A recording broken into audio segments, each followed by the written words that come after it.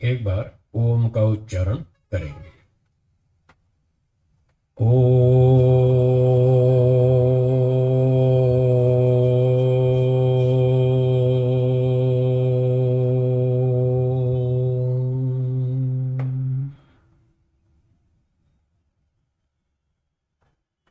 उपस्थित सज्जनों, माताओं और बहनों, अभी संख्या कम है श्रोताओं की, इसलिए कुछ श्रोता और आ जाएं, तब तक थोड़ी प्रतीक्षा करेंगे। उस समय का लाभ उठाएंगे शंका समाधान के रूप में। तो आपको जो प्रश्न हो पिछले पाठ से संबंधित, वो आप पूछ सकते हैं। थोड़ी श्रोताओं की संख्या बढ़ने पर फिर हम पाठ आगे शुरू करेंगे। जी बोलिए, जिनको शंका हो।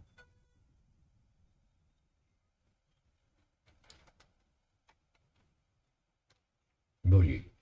बैठे बैठे बोलिए।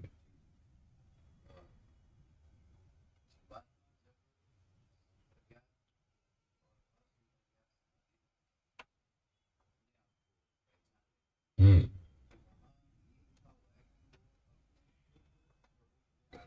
ठीक है।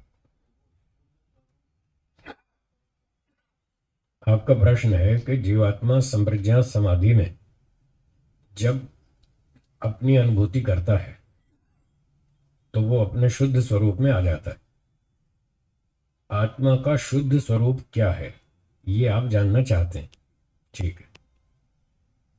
इसका उत्तर है कि जीवात्मा का शुद्ध स्वरूप यह है कि मैं बहुत छोटा हूं। बहुत छोटा, बहुत छोटा, बहुत छोटा, इतना छोटा हूं जितना आपका सिर का बाल है। बाल की जो अगली नोक है, कॉर्नर, इतना सा छोटा सा नोक, उसके 10,000 टुकड़े कर दीजिए। कितने? 10,000 टुकड़े। नोक के 10,000 टुकड़े, बाल के नहीं। बाल की नोक के जो कॉर्नर है उसके 10,000 टुकड़े कर दे। उससे भी और छोटा, इतना छोटा है। ये उसका शुद्ध स्वरूप। और रहता है, हवा में उड़ता है, खूब अकड़ में रहता है कि मैं ये हूं और मैं वो हूं। इतना मरियल सा। उसकी अपनी शक्ति इतनी कम है कि वो केवल अपनी शक्ति से होश में भी नहीं आता, बेहोश रहता है। इतनी कम शक्ति है। ये उसका शुद्ध स्वरूप। ये आत्मा का शुद्ध स्वरूप है। उसको जितने भी शरीर, मन, बुद्धि, इंद्रियां हैं, सब अलग कर दो, आत्मा को अलग कर दो, वो आत्मा का शुद्ध स्वरूप है। जब ये शरीर, मन, बुद्धि, इंद्रियां सब अलग कर देंगे तो आत्मा का जो शुद्ध स्वरूप बचेगा वो ये बचेगा, मैं इतना छोटा हूं, बाल की नोक से भी 10,000 वो टुकड़े से भी छोटा हूं। 50,000 टुकड़ा कल्पना कर लो, और छोटा हो, इतना छोटा है वो। और वो अविद्या, मिथ्या ज्ञान के कारण वो हवा में उड़ता रहता है कि मैं इतना सेठ हूं, मैं इतना बलवान हूं, मैं इतना धनवान हूं, मैं इतना विद्वान हूं। ये तो सब बाहर की चीजें ओढ़ रखी हैं, जोड़ रखी हैं, जिसकी वजह से वो ऐसा दिख रहा है आज। तो ये उसका शुद्ध स्वरूप नहीं है। तो बाहर से जितनी चीजें प्रकृति से और ईश्वर से उधार ले रखी हैं वो सारी वापस कर देता है, और तब उसका शुद्ध स्वरूप समझ में आता है। मैं इतना छोटा हूं, मैं अल्पशक्तिमान हूं, कर्म करने में स्वतंत्र हूं, मैं चेतन तत्व हूं, मैं सीखता रहता हूं, कुछ अच्छा सीख लेता हूं, कुछ गलत सीख लेता हूं। जब अच्छा सीख लेता हूं तो मेरा ज्ञान ठीक हो जाता है, फिर मैं अच्छा सोचता हूं, अच्छी योजनाएं बनाता हूं, अच्छे कर्म करता हूं, और फिर मुझे उसका सुख दुख, अच्छा सुख फल मिलता है।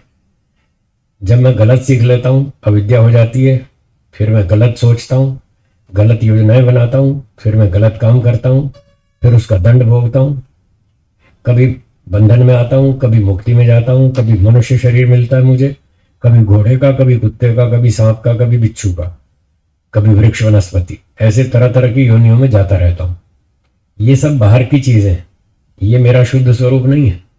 ये सब बाहर की चीजें, शरीर, मन, बुद्धि, इंद्रियां, खाना पीना, सोना चांदी, संपत्ति, ये सब बाहर की चीजें हैं। तो आत्मा अपने आप को इन चीजों से अलग करके देखता है कि मैं बहुत छोटा हूं, ऐसा हूं। ये है उसका शुद्ध स्वरूप।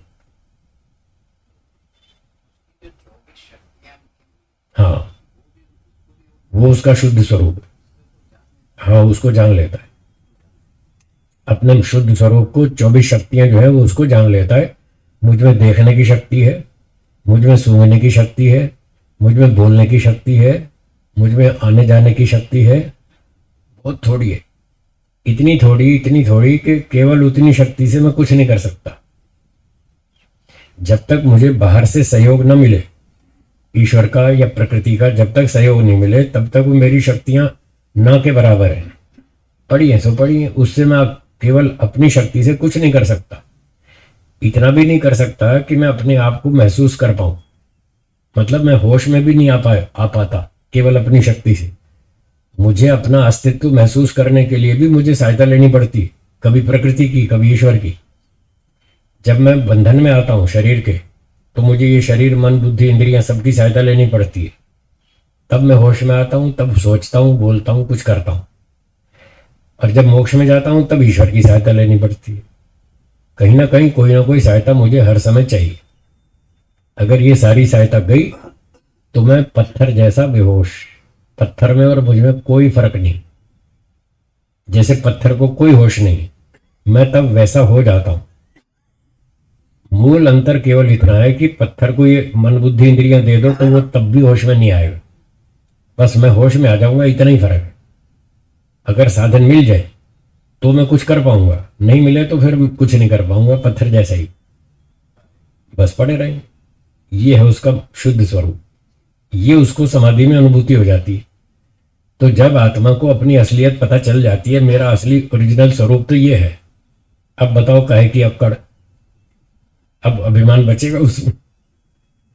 सब साफ हो जाता है, अविद्या हट जाती है, राग द्वेष हट जाता है, अभिमान खत्म हो जाता है, काम क्रोध लोभ सब खत्म हो जाता है, फिर कोई समस्या बाकी नहीं रहती। ये सारी चीजें दब जाती हैं, कमजोर पड़ जाती हैं, दग्ध बीज नहीं होती। वो असंप्रज्ञात समाधि में दग्ध बीज होती है। संप्रज्ञात समाधि में ये पता चल जाता है और वो इनके अभिमान आदि दोषों से बच जाता है, इन दोषों को दबाए रखता है, हावी नहीं होने देता। आम आदमी तो पिटता रहता है इन दोषों से सारा दिन, राग में, द्वेष में, अभिमान में, वो तो दबा रहता है इन दोषों से, पर वो दबता नहीं है, वो ठीक ठाक चलता है। इन दोषों का जो दग्धबीज स्वरूप है वो फिर असंप्रज्ञात में होता है।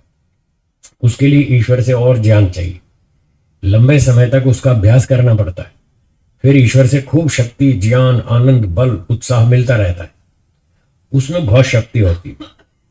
उस शक्ति से फिर इन क्लेशों को पूरी तरह से रगड़ देता है, पूरा खत्म कर देता है, तब उसका मोक्ष होता है। ये है आत्मा का शुद्ध स्वरूप। आगे समझ में और बोलिए।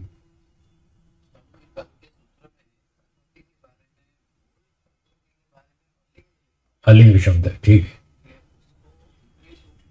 कोई लक्षण नहीं दिखता उसका।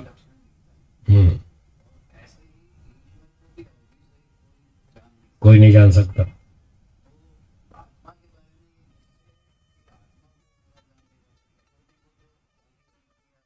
हम्म हम्म हम्म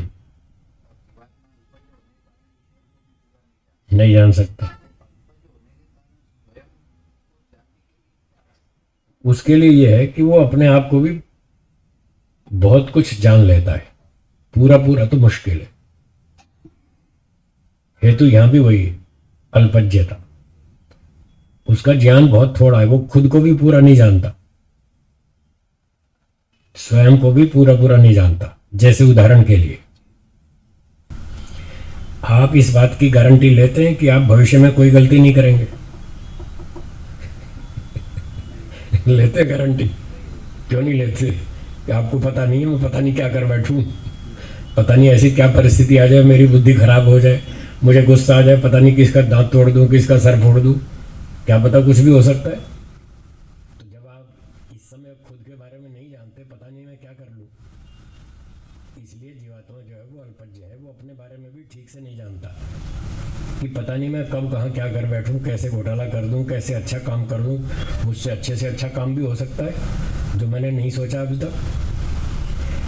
जो मैंने अब तक नहीं सोचा कि मैं ये काम करूंगा, आने वाले 10 साल में हो सकता है आप ऐसा काम कर दें, अच्छे से अच्छा काम। आपने कब सोचा था मैं इतना बड़ा व्यापारी बन जाऊंगा? नहीं सोचा था ना, आज बन गए। मैंने कब सोचा था मैं सन्यासी बन जाऊंगा? मैंने नहीं सोचा था, फिर भी मैं बन गया। मैंने नहीं सोचा था मैं देश भर में घूमूंगा और वेद प्रचार करूंगा, नहीं सोचा था, फिर भी हो गया। तो ऐसी बहुत सारी चीजें हैं, वो भविष्य के गर्भ में है, पता नहीं कब क्या हो जाएगा। इसलिए वो व्यक्ति खुद को भी नहीं जानता पूरा, आत्मा को भी पूरा नहीं जानता, वो नहीं समझता। कितनी सारी चीजें अंदर पड़ी हैं चुपचाप, अवसर आने पर वो निकल के आएंगी बाहर। तो इसलिए जीवात्मा स्वयं के बारे में भी शायद पूरा पूरा नहीं जान पाएगा। फिर भी जितना आवश्यक है उतना जान लेगा, काम चल जाए उतना तो जान लेगा, उतने से उसका मोक्ष हो जाएगा। बोलिए।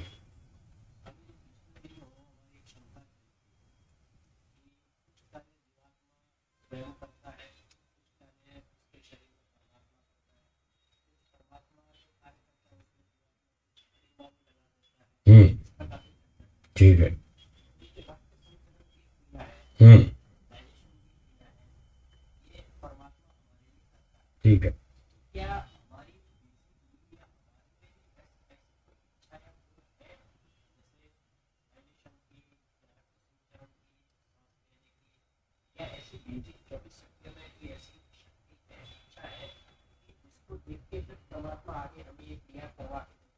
है।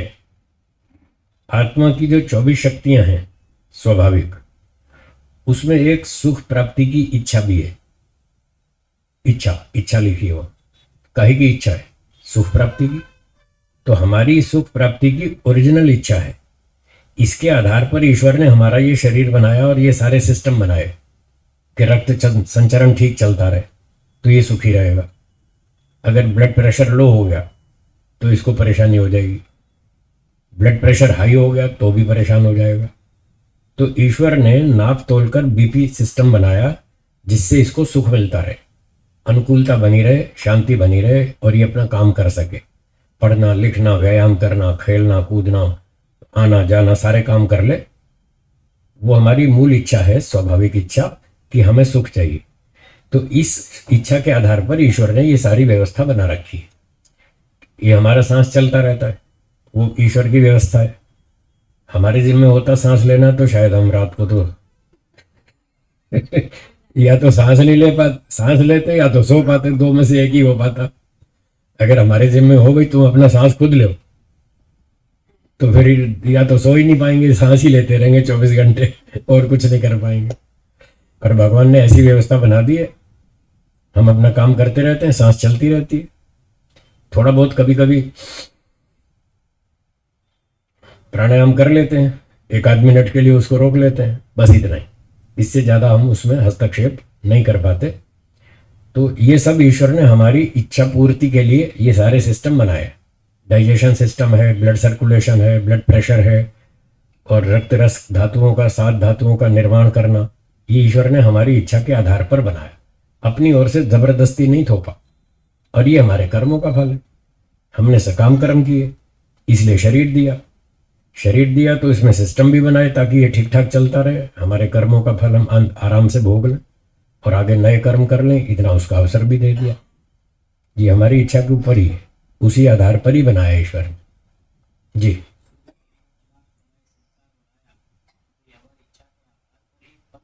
ये सब हमारे कर्मों का फल है। सूर्य, पृथ्वी, चंद्रमा, धातु, खनिज पदार्थ, पेट्रोलियम पदार्थ, सोना चांदी, ये सब हमारे कर्मों का फल है। ये सकाम कर्मों का फल है। न्याय दर्शन के भाष्य में लिखा है, न्याय दर्शन के भाष्य में लिखा है कि भगवान ने कांटे बना दिए, ये तो कोई कर्म फल नहीं, ये तो ऐसे ही फालतू के ही बना दिए। जहर बना दिया, पत्थर बना दिए, नुकीले नुकीले नुकीले पत्थर होते हैं, पहाड़ों पे जाके देखो, है, कांटे बना दिए, कील बना दिए, ये सब भगवान ने जो बनाया ये ऐसे ही बना दिया, अनिमित्त, तो बिना कारण बनाया।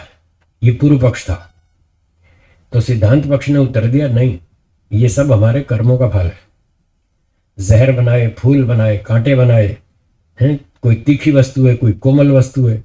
फूल कोमल होता है, कांटे तीखे होते हैं, दोनों साथ साथ बनाए। और जहर भी बनाया, खनिज पदार्थ बनाए, पेट्रोलियम पदार्थ बनाए, सूर्य बनाया, पृथ्वी बनाई, अनाज बनाया, फल फूल शाक सब्जी जड़ी बूटी औषधि सब बनाया, ये सब हमारे कर्मों का फल है। ये लिखा है वो न्याय दर्शन में। तो ये कौन से कर्मों का फल है? सकाम कर्मों का। हम दो तरह से कर्म करते हैं, एक व्यक्तिगत और एक सामाजिक। व्यक्तिगत कर्मों का फल व्यक्तिगत होता है, सामाजिक कर्मों का फल सामाजिक होता है। आपने व्यायाम किया, ये आपका व्यक्तिगत कर्म है, इससे आपको अकेले को फायदा है, शरीर स्वस्थ हो जाएगा, बलवान हो जाएगा। भोजन खाया, ये आपका व्यक्तिगत कर्म है। पढ़ाई लिखाई की, ये आपका व्यक्तिगत कर्म है, इससे आपको व्यक्तिगत लाभ है। फिर आपने यज्ञ किया, तो 20-50-100 आदमी मिलकर हवन करते हैं, ये सामूहिक कर्म हो गया, और इस कर्म से सबको लाभ होगा। फिर सबने मिलकर के एक मुख्यमंत्री चुन लिया, कोई प्रधानमंत्री चुन लिया। अब जो उसके गुणकर्म योग्यता है, उससे जो हानि लाभ होगा सबको होगा। समझ में आई बात? जब सबने मिलकर चुना एक व्यक्ति को, अध्यक्ष चुन लिया, मंत्री चुन लिया, प्रधानमंत्री चुन लिया, तो ये सबने मिलकर के चुना, वो सबका सामूहिक कर्म है।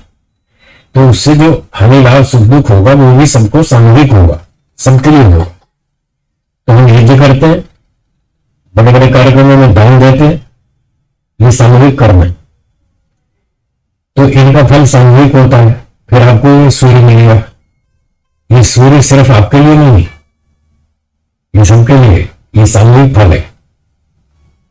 ईश्वर ने पृथ्वी बना दी, ये सिर्फ आपके लिए नहीं बनाई, ये सबके लिए बनाई, ये सामूहिक फल है। तो शरीर दिया, ये व्यक्तिगत फल है। सूर्य पृथ्वी दी, ये सामूहिक फल है। आंख कान इंद्रियां दी, ये व्यक्तिगत फल है। अनाज फूल फल शाक सब्जी दी, ये सब सामूहिक फल है, सबके लिए। पानी बनाया सबके लिए, अग्नि बनाई सबके लिए, हवा बनाई सबके लिए, 4 वेदों का ज्ञान दिया सबके लिए, ये सामूहिक कर्मों का सामूहिक फल है। इस तरह से कर्म फल की व्यवस्था ऋषियों ने बताई। हाँ बोलिए। हम्म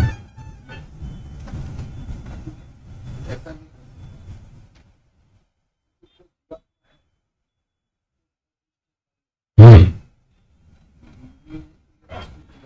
ठीक है, ठीक है। हम्म हम्म हम्म हम्म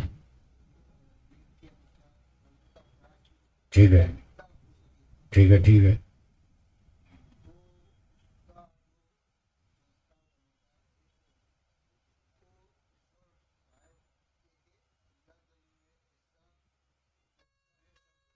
मिलेगा। आपका प्रश्न मैं दोहरा दूं, सबको सुनाई देगा। आपका प्रश्न ये है कि जो व्यक्ति ईश्वर के संविधान के अनुसार, वेदों के अनुसार संकल्प कर ले, मुझे ईश्वर तक, मोक्ष तक पहुंचना है, और पूरी ताकत लगा दे, पूरी श्रद्धा भक्ति से पूरी शक्ति लगा दे, तो क्या उसको अगले जन्म में ईश्वर ऐसी सुविधाएं देगा कि वो अपने रास्ते पर आगे चले, आगे बढ़े? क्या उसको इस जन्म में और अगले जन्म में ईश्वर ऐसी सुविधा देगा? ये आपका प्रश्न है, यही है ना? इसका उत्तर है जरूर देगा। ईश्वर न्यायकारी है, हाँ या ना? अच्छा, आपके बच्चे जब मेहनत करते हैं तो आप उनको अच्छी अच्छी सुविधा देते हैं या नहीं देते? देते हैं, पूरी ताकत लगाते हैं। आप तो सर्वशक्तिमान नहीं है, अल्पशक्तिमान है, फिर भी आपकी इच्छा ये होती है कि इसको कोई कमी नहीं आनी चाहिए। ये पूरी मेहनत कर रहा है, ईमानदारी से कर रहा है, बुद्धिमत्ता से काम कर रहा है, डिसिप्लिन में रह रहा है, इसको सब सुविधा देंगे, जितनी शक्ति है पूरी देंगे। जब आप अपने बच्चों के लिए ऐसा सोचते हैं और पूरी शक्ति लगाते हैं, तो ईश्वर भी तो हमारा माता पिता है। तम ही नः पिता वसो, तम माता शतक्रतो बभूविथ, अधाते सुमनमीमहे। ये वेद का मंत्र है। तो वेद मंत्र में ये बताया ईश्वर हमारा माता है, हमारा पिता है। जब आप माता पिता अपने बच्चों की देखभाल पूरी करते हैं, तो ईश्वर भी हमारी पूरी करेगा। हम जो इच्छा करते हैं वो अवश्य पूरी करेगा। संसारी माता पिता तो अल्प शक्तिमान है, अल्प सामर्थ्यवान है, वो सारी इच्छाएं पूरी ना भी कर पाए बच्चे की, ठीक है, उनका सामर्थ्य कम हो सकता है। क्या ईश्वर का सामर्थ्य कम है? उसका तो अनंत सामर्थ्य है, भरे पड़े भंडार, जो चाहिए सब दे देगा वो, पर देगा न्याय से, बस ये बात। सांसारिक माता पिता तो राग द्वेष के कारण ऊंचा नीचा कर देंगे, बच्चा डिजर्व न करता हो तो भी कर देंगे, पर ईश्वर तो ऐसा नहीं है, वो तो न्यायकारी है। यदि हम पुरुषार्थ करेंगे तो वो तो 20 गुना सहायता देगा, 10 गुनी 20 गुनी। कल परसों बात चल रही थी ना कि दंड कई गुना होता है, इनाम भी कई गुना होता है। एक किसान एक खेत में 1 बोरी गेहूं डालता है बीज, उसको फसल 1 बोरी मिलेगी या 50? और अगर 1 ही बोरी मिले तो वो डालेगा ही क्यों? उतनी फसल मिले जितनी खेत में डाली, तो कुछ फालतू मिला ही नहीं, तो वो खेत में बीज बोएगा क्यों? उसको ये भरोसा है कि मैं 1 बोरी खेत में बीज डालूंगा तो मुझे 40-50 बोरी मिलेगा, तभी तो फायदा है मेहनत करने का, समय लगाने का। तो जैसे 1 बोरी बीज डालने से 50 बोरी उसका फल मिलता है, ऐसे हम थोड़ी भी मेहनत करेंगे तो उसका कई गुना फल मिलेगा। और यही बात खराब कर्मों में भी समझ लेना। 10 रुपए की गड़बड़ की तो दंड भी 200 रुपए का मिलेगा, ध्यान रखना।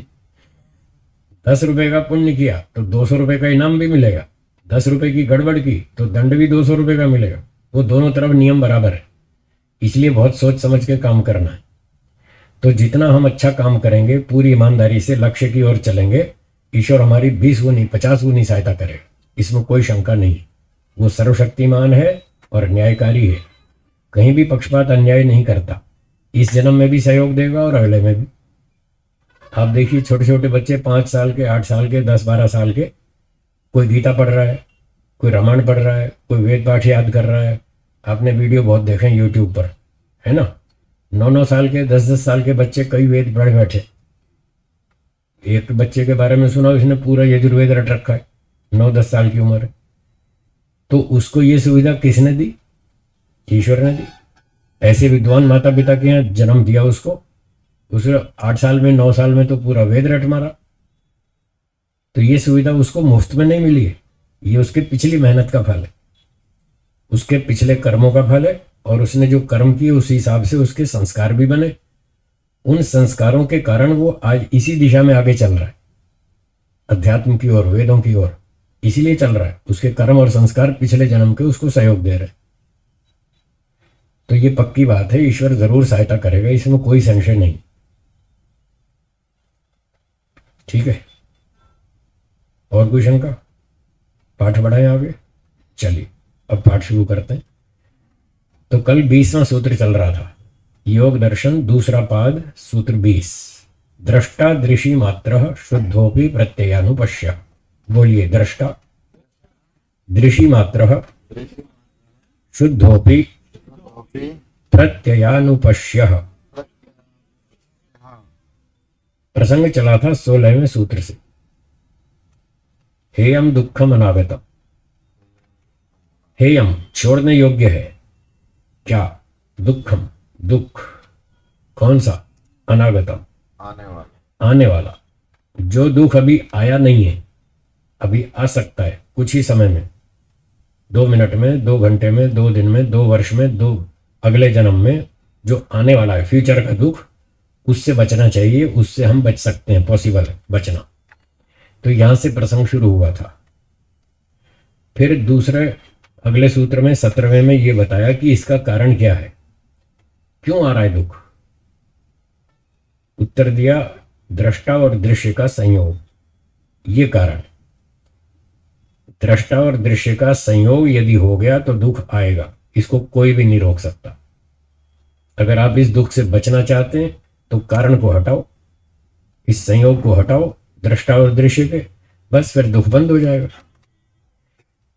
तो दृष्टा और दृश्य का संयोग अर्थात आत्मा और संसार शरीर का संयोग, यही दुख का कारण है। तो ये दृश्य क्या है उसको बताया 18-19 सूत्र में। प्रकाश क्रिया स्थितिशीलम भूतेन्द्रियात्मकम भोग अपवर्गार्थम दृश्यम, विशेष अविशेष लिंग मात्र अलिंगाणी गुण परवाणी, ये दृश्य हो गया। और 20वें सूत्र में कहा, दृष्टा दृश्य मात्र शुद्धोपि प्रत्ययानुपश्य। जो दृष्टा है जीवात्मा, वो दृश्य मात्रा सिर्फ देखता है, बस देखता है, जानता है, वो चेतन है, सिर्फ अनुभूति करता है और कुछ नहीं। मिठाई 1 मिलीग्राम भी उसके अंदर नहीं जाएगी। 100 ग्राम सोना खरीद लो, 1 माइक्रो मिलीग्राम भी उसके अंदर नहीं घुसेगा। 2 करोड़ कमाओ, 50 करोड़ कमाओ, आत्मा में 1 पैसा भी नहीं घुसेगा। बस वो देख लेगा, जान लेगा, समझ लेगा कि मेरे पास इतने पैसे, मेरा खाना पीना जीना चल जाएगा।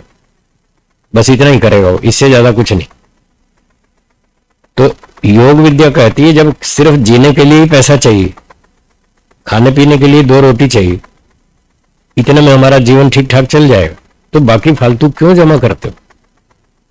उसको अपरिग्रह के नाम से ब्रेक लगाई कि फालतू जमा मत करो, इकट्ठा मत करो, वो आपकी टेंशन बढ़ाएगा। पहले तो कमाने में मेहनत करो, फालतू कमाया उसमें मेहनत करो, फिर उसकी रक्षा करो, बंदूक वाला रखो, सेफ्टी गार्ड रखो, कोई बैंक लॉकर रखो। फिर कोई छीन छान ले गया तो भी दुख, और आपको खाने पीने भोगने की आदत पड़ गई, बहुत खर्चे कर दिए फालतू। जब वो आदत पड़ जाएगी, कल को पैसे कम रह जाएंगे, फिर दुखी होंगे कि अब पैसे खर्च करने की आदत होगी और पैसे हैं नहीं, तो परेशानी। और इतना सारा फालतू कमाने में अन्याय शोषण भी करना पड़ेगा दूसरों का, है मजदूर का शोषण करेंगे तब जाके 2 रुपया जमा होगा। तो ये सारे झंझट होंगे और इन सारे कर्मों का दंड मिलेगा। तो क्यों फालतू काम करते हैं, क्यों अपने पाप कर्म जमा करते हैं, क्यों दंड को बढ़ा रहे हैं? इसलिए इसको छोड़ दो, 2 रोटी कमाओ, प्रभु के गुण गाओ मस्त होकर के। ये योग विद्या हमको सिखाती है। इसलिए का आत्मा के कुछ नहीं मिलने वाला, बस थोड़ा सा सुख दुख की अनुभूति, दृश्य मात्र, बस इतना ही। एक व्यक्ति बहुत चतुर था, उसने एक शंका उठाई। उसने कहा ठीक है, मिठाई आत्मा में नहीं घुसेगी, सोना चांदी भी नहीं घुसेगा, पैसा भी नहीं घुसेगा ना, सही, कम से कम खाने पीने का सुख तो मिलेगा। इतना तो आप भी स्वीकार कर रहे हैं, दृश्य मात्र अनुभूति तो करता ही है, तो सुख तो मिलेगा ना। फिर सुख क्यों ना ले ले, सुख की तो हमको जरूरत है, फिर सुख क्यों छोड़ रहे हैं? आप क्यों मना करते हैं सुख मत लो? एक तरफा वो कहते हैं पैसे भी मत कमाओ, बंगले भी मत बनाओ, फिर कहते हैं आप सुख भी। अच्छी नहीं बात। उस चतुर व्यक्ति ने ऐसी बात उठाई तो हमने उसको उत्तर दिया कि सूत्रकार के अनुसार ये ठीक है कि रुपया पैसा आत्मा में नहीं घुसेगा। हाँ, अनुभूति तो होगी, दृश्य मात्रा, वो चेतन है, सुख की अनुभूति करता है। और इस बहाने से आप कह रहे हैं सुख तो लेने दो कम से कम, उसको क्यों ब्रेक लगा रहे? तो हमने ये उत्तर दिया कि सूत्रकार ये कहना चाहता है सुख लेना है तो ले लो, पर स्कीम याद रखना, 1 सुख मिलेगा 4 दुख मिलेंगे। स्कीम मंजूर हो तो ले लो, हमें क्या तकलीफ, ले लो भाई, खूब ले लो सुख। बोलिए, स्कीम मंजूर है, 1 सुख मिलेगा 4 दुख मिलेंगे फ्री में। आज फ्री वाली स्कीम बहुत चलती है ना, 2 साबुन खरीदो 3रा फ्री में, 2 शैम्पू के डब्बे खरीदो 1 तीसरा फ्री में। तो भगवान के यहाँ 2 स्कीम है। एक स्कीम तो ये है 1 सुख खरीदो 4 दुख फ्री में, एक स्कीम तो ये है। और दूसरी ये है मुक्ति वाला सुख खरीदो, करोड़ों साल का आनंद फ्री में, ये दूसरी स्कीम है।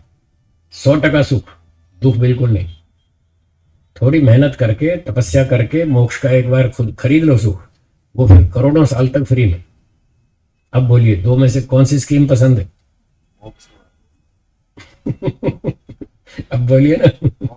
बस तो फिर वही हम कह रहे हैं, आपके पास बुद्धि है, बुद्धि इस्तेमाल करो। ये बुद्धि अलमारी में रखने को थोड़ी दी है, ये यूज करने के लिए दी है। बुद्धि का उपयोग करो, कि जो बढ़िया स्कीम है वो पकड़ो ना। तो एक बार तपस्या करके मोक्ष प्राप्त कर लो, बस फिर मौज ही मौज। बोलिए। संसार में तो अपने विचारों से सारा उल्टा है। बिल्कुल उल्टा। ऐसा क्यों? ऐसा इसलिए है कि यहाँ पर रजोगुण तमोगुण हमारी बुद्धि खराब करता है, इसलिए ऐसा है। प्रकृति में रजोगुण तमोगुण है या नहीं, वो हमको प्रभावित करता है या नहीं, इसलिए उससे प्रभावित होकर हमारी बुद्धि उल्टी चलती है। जो खराब चीज है वो अच्छी दिखती है, जो अच्छी चीज है वो खराब दिखती है। इसी का नाम तो अविद्या है। तो इस रजोगुण तमोगुण के कारण आत्मा को बुद्धि बिगड़ जाती है, वो उल्टे सीधे निर्णय लेता है, उल्टे सीधे काम करता है और फिर उसका दंड भोगता रहता है। और ये सबको एक साथ समझ में आने वाला भी नहीं है। हाँ, लोग कहते हैं सारे मोक्ष में चले जाएंगे तो दुनिया कैसे चलेगी। मैं गारंटी देता हूँ, स्टैम्प पेपर पे लिख के देता हूँ, अगर सारे मोक्ष में चले जाएं तो मुझ पे मुकदमा कर देना, मेरी जेल करवा देना कि आपने कहा था सारे लोग मोक्ष में नहीं जाएंगे, अब देखो सारे चले गए। तो ये सिर्फ कल्पना मात्र है। सारे लोग नहीं जाएंगे, उनको समझ में नहीं आएगी, कोई इक्के दुक्के को समझ में आएगी। क्या सारे लोग सीए बन सकते हैं? हाँ या ना? सारे लोग एमटेक कर सकते हैं? सारे लोग पायलट बन सकते हैं? तो सारे मोक्ष में कैसे चले जाएंगे? सोचो तो सही। आदमी सोचता ही नहीं, बस ऐसे ही अंधाधुंध बोले जा रहा कि सारे मोक्ष में चले जाएंगे तो दुनिया कैसे चलेगी। अरे बाबा, नहीं चलेगी, नहीं जाएंगे, नहीं जाएंगे, नहीं जाएंगे। सारे डॉक्टर नहीं बन सकते, सारे इंजीनियर नहीं बन सकते। डॉक्टर बनना सरल है, मोक्ष प्राप्ति इससे 50 गुना कठिन है। इंजीनियर बनना सरल है, मोक्ष प्राप्ति बहुत कठिन है। ये मजाक नहीं है, बहुत कठिन है। आप 2 साल घर से बाहर रह के देखो, पसीने आ जाएंगे। यहां तो जिंदगी भर के लिए घर छोड़ना है, घर वापस जाना ही नहीं है। बताओ, सरल है या कठिन है? कठिन है, असंभव नहीं है। हाँ, ये ध्यान रखना, असंभव नहीं है। बोलिए। बिल्कुल जरूरी है। देखो, मैंने छोड़ दिया ना। अच्छे कर्म करने से इतने मात्र से मोक्ष नहीं होता। संसार की मोह माया छोड़नी पड़ेगी। संसार की, संपत्ति की, परिवार की मोह माया छूटे बिना मोक्ष नहीं होने वाला।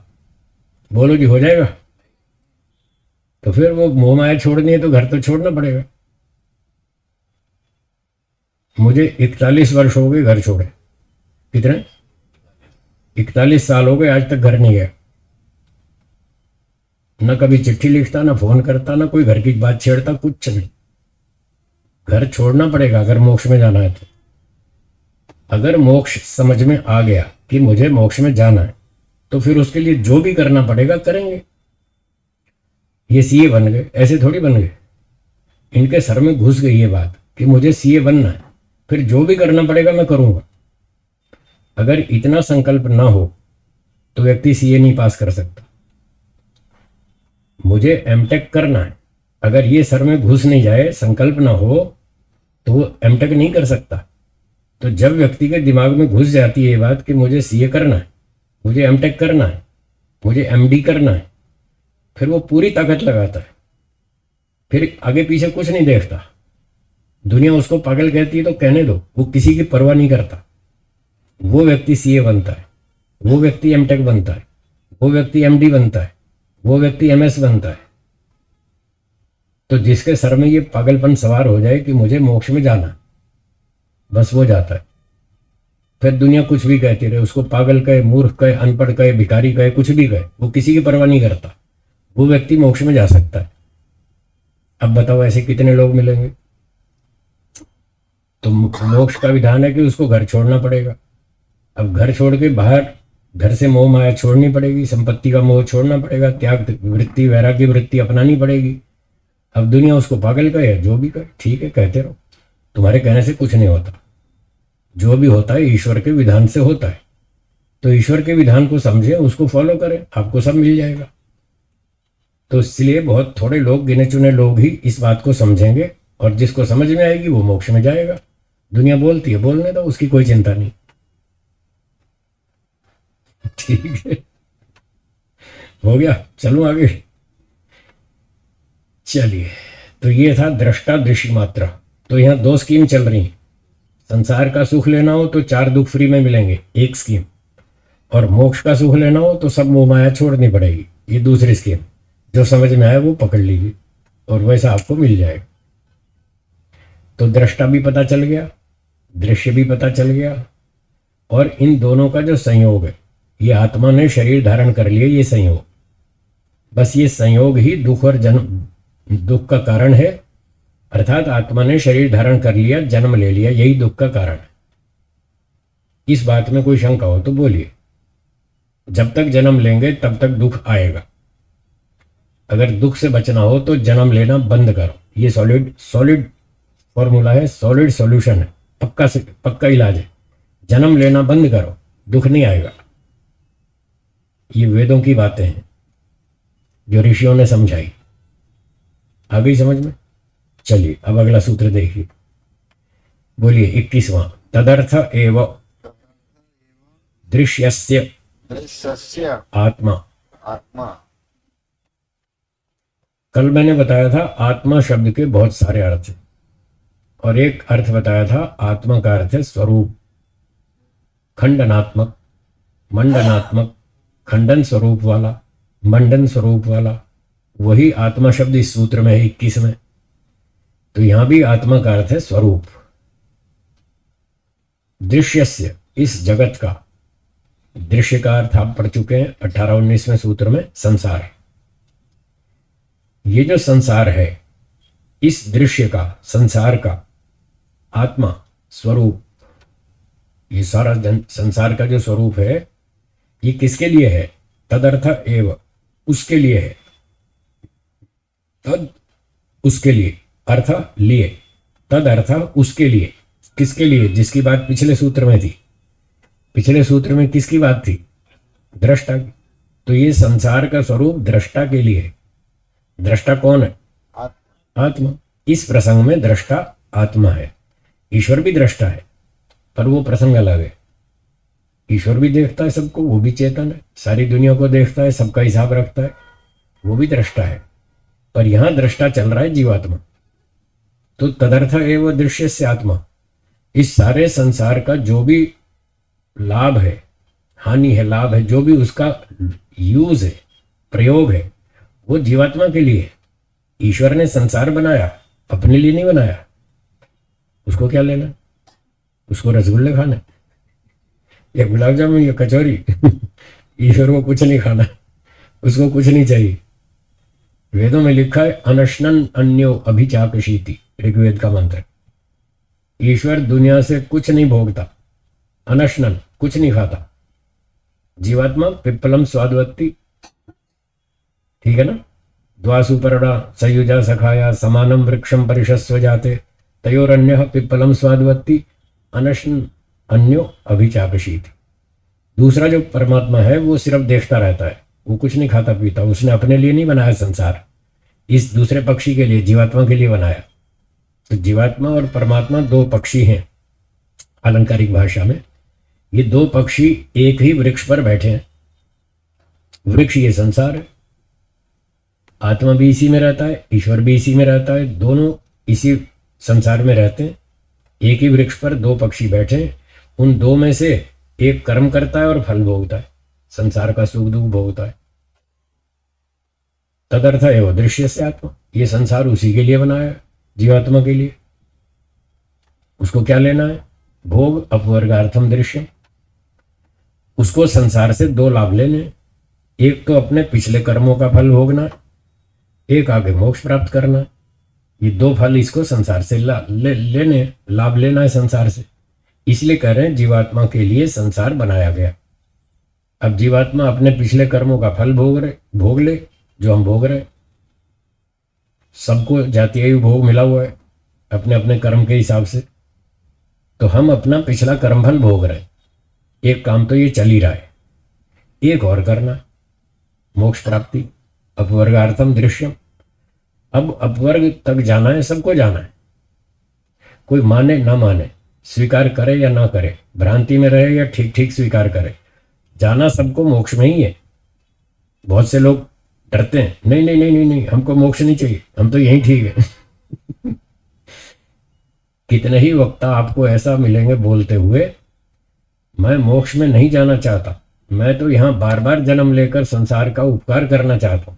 सुना होगा आप सुना है ना? ये अविद्या है, ये भ्रांति है। वो खुद भ्रांति में बैठे हैं और दूसरों को भ्रांति में डाल रहे हैं। लोग शास्त्रों को पढ़ते नहीं, एक गलती, जब पढ़ते ही नहीं तो मनन क्या करेंगे? जब शास्त्रों को पढ़ेंगे, 50 बार मनन करेंगे, तब समझ में आएगी कि हाँ मुझे मोक्ष की जरूरत है। अब बिना पढ़े, बिना सोचे, बिना समझे तो ऐसे ही बोलेंगे उल्टा सुल्टा। इसलिए उल्टा सीधा बोलते रहते हैं, मुझे मोक्ष में नहीं जाना है। कौन बोलते हैं ऐसा लोग, ऐसी बात? जो लोग या तो मोक्ष को समझ नहीं पाए, उनको समझ ही नहीं आया मोक्ष में क्या होता है और संसार में क्या होता है, वो दोनों की तुलना नहीं कर पाए अभी तक, उनको समझ नहीं आई। और कुछ ऐसे भी हैं जिन्होंने पढ़ लिया शास्त्र, मोक्ष भी समझ लिया, फिर भी मना करते हैं, नहीं नहीं मुझे मोक्ष में नहीं जाना, मैं तो यहीं रहना चाहता हूँ, मैं तो यहीं ठीक हूँ। ये वो लोग बोलते हैं जो मोक्ष को समझते भी हैं, फिर भी मोक्ष प्राप्ति की जो तपस्या करनी पड़ती है उससे घबराते हैं। बहुत लोग ऐसे हैं जो जानते हैं मोक्ष में क्या होता है और फिर भी कहते हैं नहीं नहीं हमको मोक्ष नहीं चाहिए, क्योंकि अगर ये कहते हैं हमें चाहिए तो वो सारी तपस्या करनी पड़ेगी। अब तपस्या से घबराते हैं, डर लगता है, नहीं नहीं घर कैसे छोड़ेंगे, हैं परिवार कैसे छोड़ेंगे, वो उनसे छूटता नहीं, इसलिए झूठ बोलते हैं, इसलिए सिद्धांत को तोड़ मरोड़ के बदल देते हैं। ये भयंकर अपराध है, ये बहुत बड़ा अपराध है कि आप अपने स्वार्थ के लिए सत्य सिद्धांत को ही विनाश कर दें।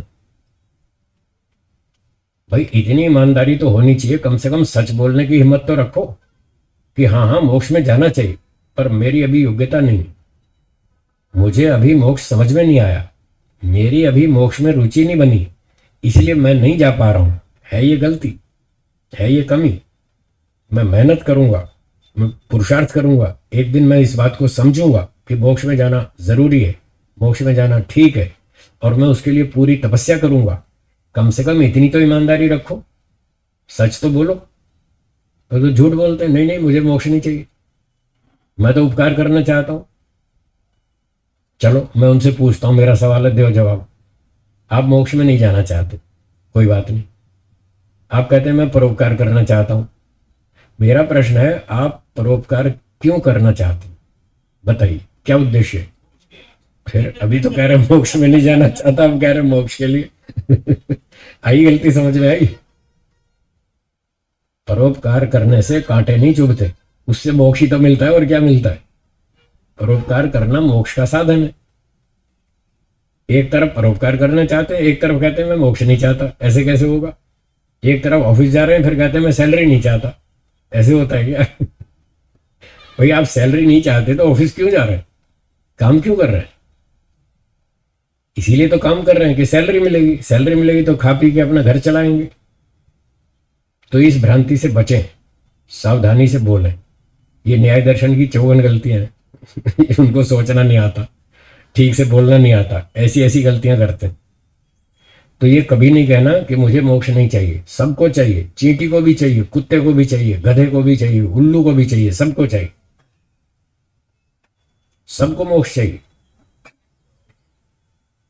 कैसे चाहिए सुनिए, पहले ये समझ लें मोक्ष में होता क्या है।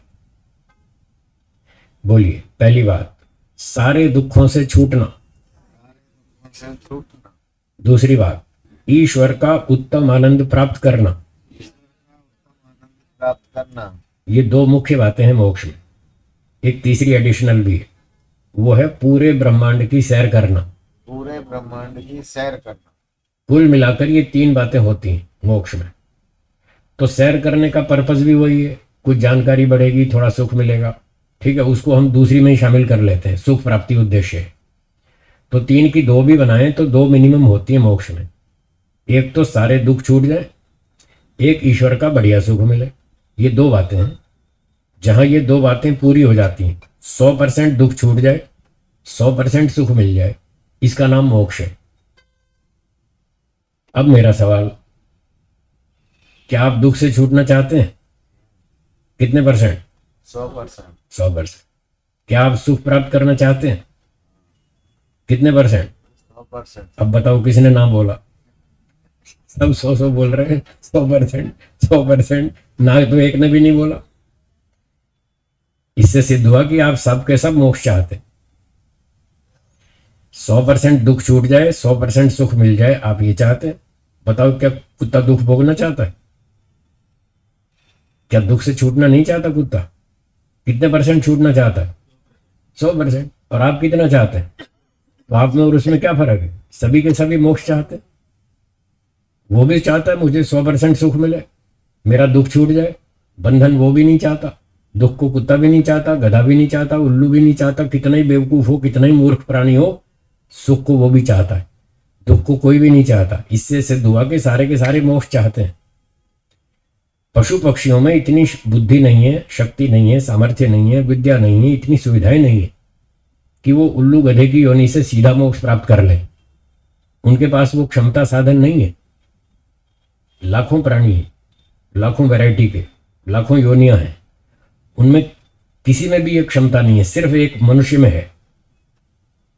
इतने साधन, सुविधाएं, बुद्धि, साधन, गुरु, विद्या, पुस्तक, सारी सुविधाएं केवल मनुष्य के पास है। जो मेहनत करे तो मोक्ष प्राप्त कर सकता है, और वो भी कहता है मुझे मोक्ष नहीं चाहिए, तो फिर बचा कौन? फिर कौन जाएगा मोक्ष में? तो कम से कम बुद्धिमान मनुष्य को ऐसा नहीं कहना चाहिए कि मुझे मोक्ष नहीं चाहिए। उसको इतना तो बोलना ही चाहिए, सच तो बोलना चाहिए कि मुझे मोक्ष चाहिए, मैं धीरे धीरे मेहनत करूंगा, पहुंच जाऊंगा। हाँ बोलिए, कौन पूछ रहे हैं? हाँ बोलिए। जब आप परसेंटेज वाली बात लाते हैं, कितना परसेंट चाहिए, तब बहुत दुविधा होती अच्छा, कितना चाहिए बोलो? है। निकलता तो नहीं है। तो बस 100 ही तो चाहिए, जो चाहिए वही तो बोलता हूँ। ये तो मेरी टेक्निक है जो मैं आपसे उगलवा लेता हूँ। यही तो मेरी कलाकारी है कि मैं आपके मुंह से उगलवाना जानता हूँ। ये सच क्या है, ये कैसे उगलेंगे, वो टेक्निक मुझे पता है, और मैं वो टेक्निक इस्तेमाल करता हूँ। और आप अपने मुंह से कहते हैं हाँ हमें 100% सुख चाहिए, 100% सुख चाहिए, 100% दुख से छूटना है। ये कलाकारी मेरी नहीं है, मैं पहले भी कई बार कह चुका हूँ। कल भी मैंने बताया था, मैं जो आपको ज्ञान दे रहा हूँ ये मेरा नहीं है, ये वेदों का ज्ञान है, ये ऋषियों का ज्ञान। ऋषियों ने सिखाई है ये शैली कि ऐसे बात करो आपके अंदर से जवाब आए। तो मैं इस शैली का उपयोग करता हूं, न्याय दर्शन की प्रश्नोत्तर शैली, इसका नाम है प्रश्नोत्तर शैली। प्रश्न पूछो, अंदर से उत्तर मिलेगा, और नहीं मिलेगा तो दूसरे से पूछो, दूसरे की सहायता लो, प्रश्न पूछो, उत्तर देगा, आपकी सारी पिक्चर क्लियर हो जाएगी, सारी बात साफ हो जाएगी। तो ऋषियों ने यह समझाया कि अपने आप से पूछो मुझे कितना सुख चाहिए, तो उत्तर अपने आप निकल आएगा 100%। अब 100% सुख यहां मिलता है संसार में? मिलता हो तो ले लो, मुझे क्या तकलीफ है, मत जाओ मोक्ष में, यहीं रहो ना। 100% ले लो, यहां मिलता हो तो। यहां मिलता नहीं तो कहां मिलता है? मोक्ष में। इसलिए सीधी बात है, मोक्ष में जाओ, जिसको जाना है जाओ, कोई जबरदस्ती नहीं, मेरी ओर से कोई जबरदस्ती नहीं है, आपकी इच्छा है। मेरा काम बताने का है, मैं बता दूंगा। आपको शंका हो तो 20 शंका पूछो, मैं उत्तर दूंगा, फिर आपकी मर्जी, आप स्वतंत्र हैं। इच्छा हो तो चले जाना, नहीं हो तो नहीं जाना। मुझे समझ में आ गया, मैं चल दिया, 2-4 जन्म बाद आपको आ जाएगा समझ में। कब तक पिटोगे यहाँ? संसार में पिट पिट के तंग आ जाएंगे, दुखी हो जाएंगे, परेशान हो जाएंगे। जब परेशान होंगे तब निकलेंगे यहाँ से। कल बताया था, जब तक कमरा शुद्ध है, साफ सुथरा है, तब तक आप कमरे में बैठेंगे, और जब उसमें धुआं भर जाएगा फिर क्या करेंगे? भागेंगे, निकलेंगे यहाँ से। तो जब यहाँ धुआं भर जाएगा ना दिमाग में कि संसार में बहुत कचरा है, बहुत झंझट है, बहुत दुख है, बहुत समस्या है, बहुत कष्ट है, जब यहाँ ये कचरा भर जाएगा धुएं वाला, मतलब धुएं का विचार आ जाएगा, तो यहाँ से निकलना चाहिए। तब आपको ये बातें समझ में आ जाएंगी और आप निकलने की तैयारी करेंगे। तब आपको निकलना अच्छा लगेगा, आसान लगेगा। आज कठिन लगता है घर छोड़ना, जब कमरे में धुआं भर जाएगा तब कमरा छोड़ना सरल लगेगा, हाँ या ना? हाँ, तो अभी तो अच्छा साफ सुथरा कमरा है, बढ़िया सुविधाएं हैं, बहुत सुख मिल रहा है, एसी चल रहा है, सब ठंडक है, सब मजा आ रहा है, तो तब तक कोई कमरा थोड़ी छोड़ेगा। जब धुआं भरेगा तब छोड़ेगा। तो जब तक संसार में सुख दिख रहा है तब तक आप नहीं छोड़ेंगे, जब दुख दिखने लगेगा तब छोड़ेंगे। शरीर में भी तो ऐसे होता है, दुख आता है तो आदमी छोड़ता है, मैं मर जाऊं तो अच्छा, तभी छोड़ता है, छोड़ने का विचार है। जीता तभी उसका विचार आता है। तो ये शास्त्रों का सिद्धांत है, वेदों का सिद्धांत है, जब तक दुख नहीं दिखाई देगा संसार में तब तक आप संसार को नहीं छोड़ेंगे। तो क्या करना चाहिए? दुख देखना शुरू करो। दुख तो है, मैं कोई दुख डाल थोड़ी रहा हूं, दुख तो है ही, आपको दिख नहीं रहा, केवल इतनी बात है। सुख समझ रहे हैं, सुख है भी सही, ये ठीक बात है, सुख भी है दुख भी है, दोनों है, हाँ या ना। हाँ आपकी दृष्टि में और ऋषियों की दृष्टि में बस यही अंतर है, आप सुख को देखते हैं, वो दुख को देखते हैं, इतना फर्क है दोनों। तो ऋषि लोग ये समझा रहे हैं, यदि आप सुख पे दृष्टि रखेंगे तो फंस जाएंगे, राग होगा, सुखानुशयी राग, और दुख पे दृष्टि रखेंगे तो वैराग्य होगा, दुख पे दृष्टि रखेंगे तो वैराग्य हो जाएगा। तो संसार में दोनों हैं, सुख भी है दुख भी है। अभी तक सुख को देखते रहे, अगर मोक्ष में जाना है तो उल्टा काम करो, क्या करना, दुख देखो, दुख से दुखी नहीं होना, हाँ ध्यान रखना, संसार में दुख को देखो, देखो और समझो, और समझ करके ये रास्ता निकालो कि छोड़ो, यहां से संसार छोड़ो, मोक्ष में चलना। ये बात सीखनी है हमको। दुख देखकर दुखी नहीं हो जाना, परेशान नहीं होना। जब सामने से ट्रक आ रहा हो तो आप देखते हैं कि हाँ ट्रक आ रहा है, तो ट्रक देखकर आप दुखी हो जाते हैं या अपना बचाव करते हैं? अपनी गाड़ी थोड़ी सरका लेते हैं, दबा लेते हैं लेफ्ट साइड में, इस ट्रक को जाने दो भाई, खामखा ठोक देगा तो मुश्किल होगी। जैसे ट्रक आता दिख रहा है तो आप अपनी गाड़ी बाई तरफ थोड़ी सी दबा लेते हैं, आप दुख को समझ रहे हैं और समझ करके अपना बचाव करते हैं। जैसे रोड पे करते हैं ऐसे जीवन में करना, कि ये दुख आने वाला है, उससे अपना बचाव करो, उसको जाने दो, फिर अपना वापस रोड पे आ जाएंगे।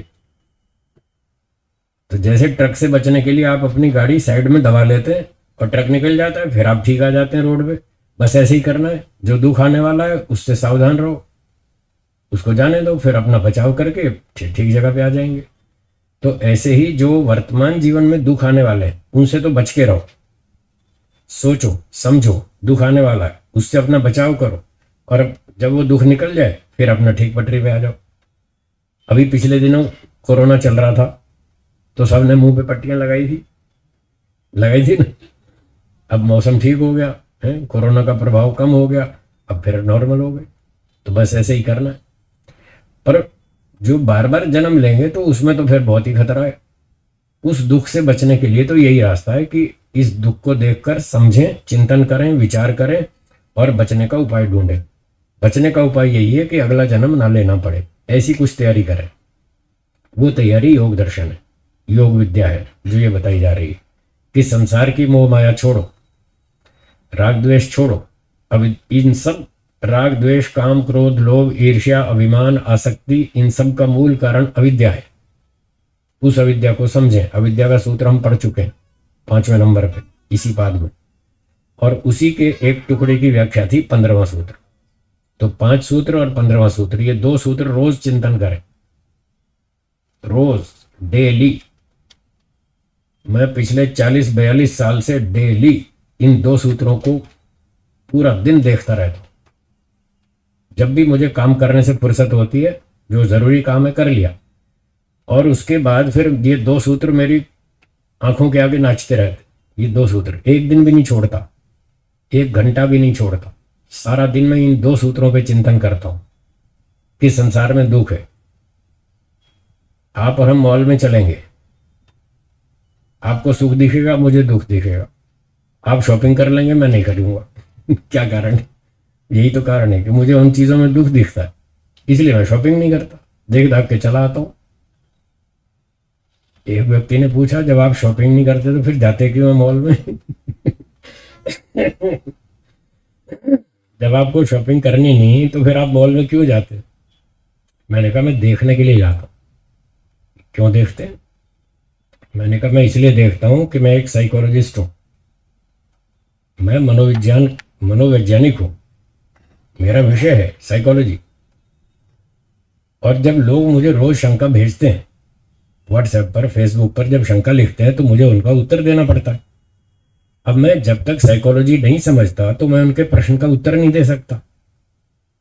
इसलिए मुझे साइकोलॉजी को स्टडी करने के लिए मॉल में जाना पड़ता है, वहां देखना पड़ता है कि यहाँ क्या बिक रहा है, कंपनी वाले लोग क्या क्या चीजें बना रहे हैं, क्या प्रोडक्ट बना रहे हैं, वो कहाँ बिक रहा है, क्या बिक रहा है, कौन खरीद रहा है, क्यों खरीद रहा है, वो क्या सोचता क्या है, मुझे उसकी साइकोलॉजी समझनी, इसलिए जाता हूँ। तो मुझे पता चल जाता है कि लोग क्या सोच रहे हैं, उनको क्या खरीदना है, उससे क्या क्या नए नए आविष्कार हो रहे हैं, उसकी जानकारी करने के लिए जाता हूँ। जब मैं इन चीज़ों को समझ लेता हूँ तो सामने वाला कोई अपनी समस्या रखता है तो मुझे क्लिक हो जाता है कि ये क्या, इसके दिमाग में क्या चल रहा है।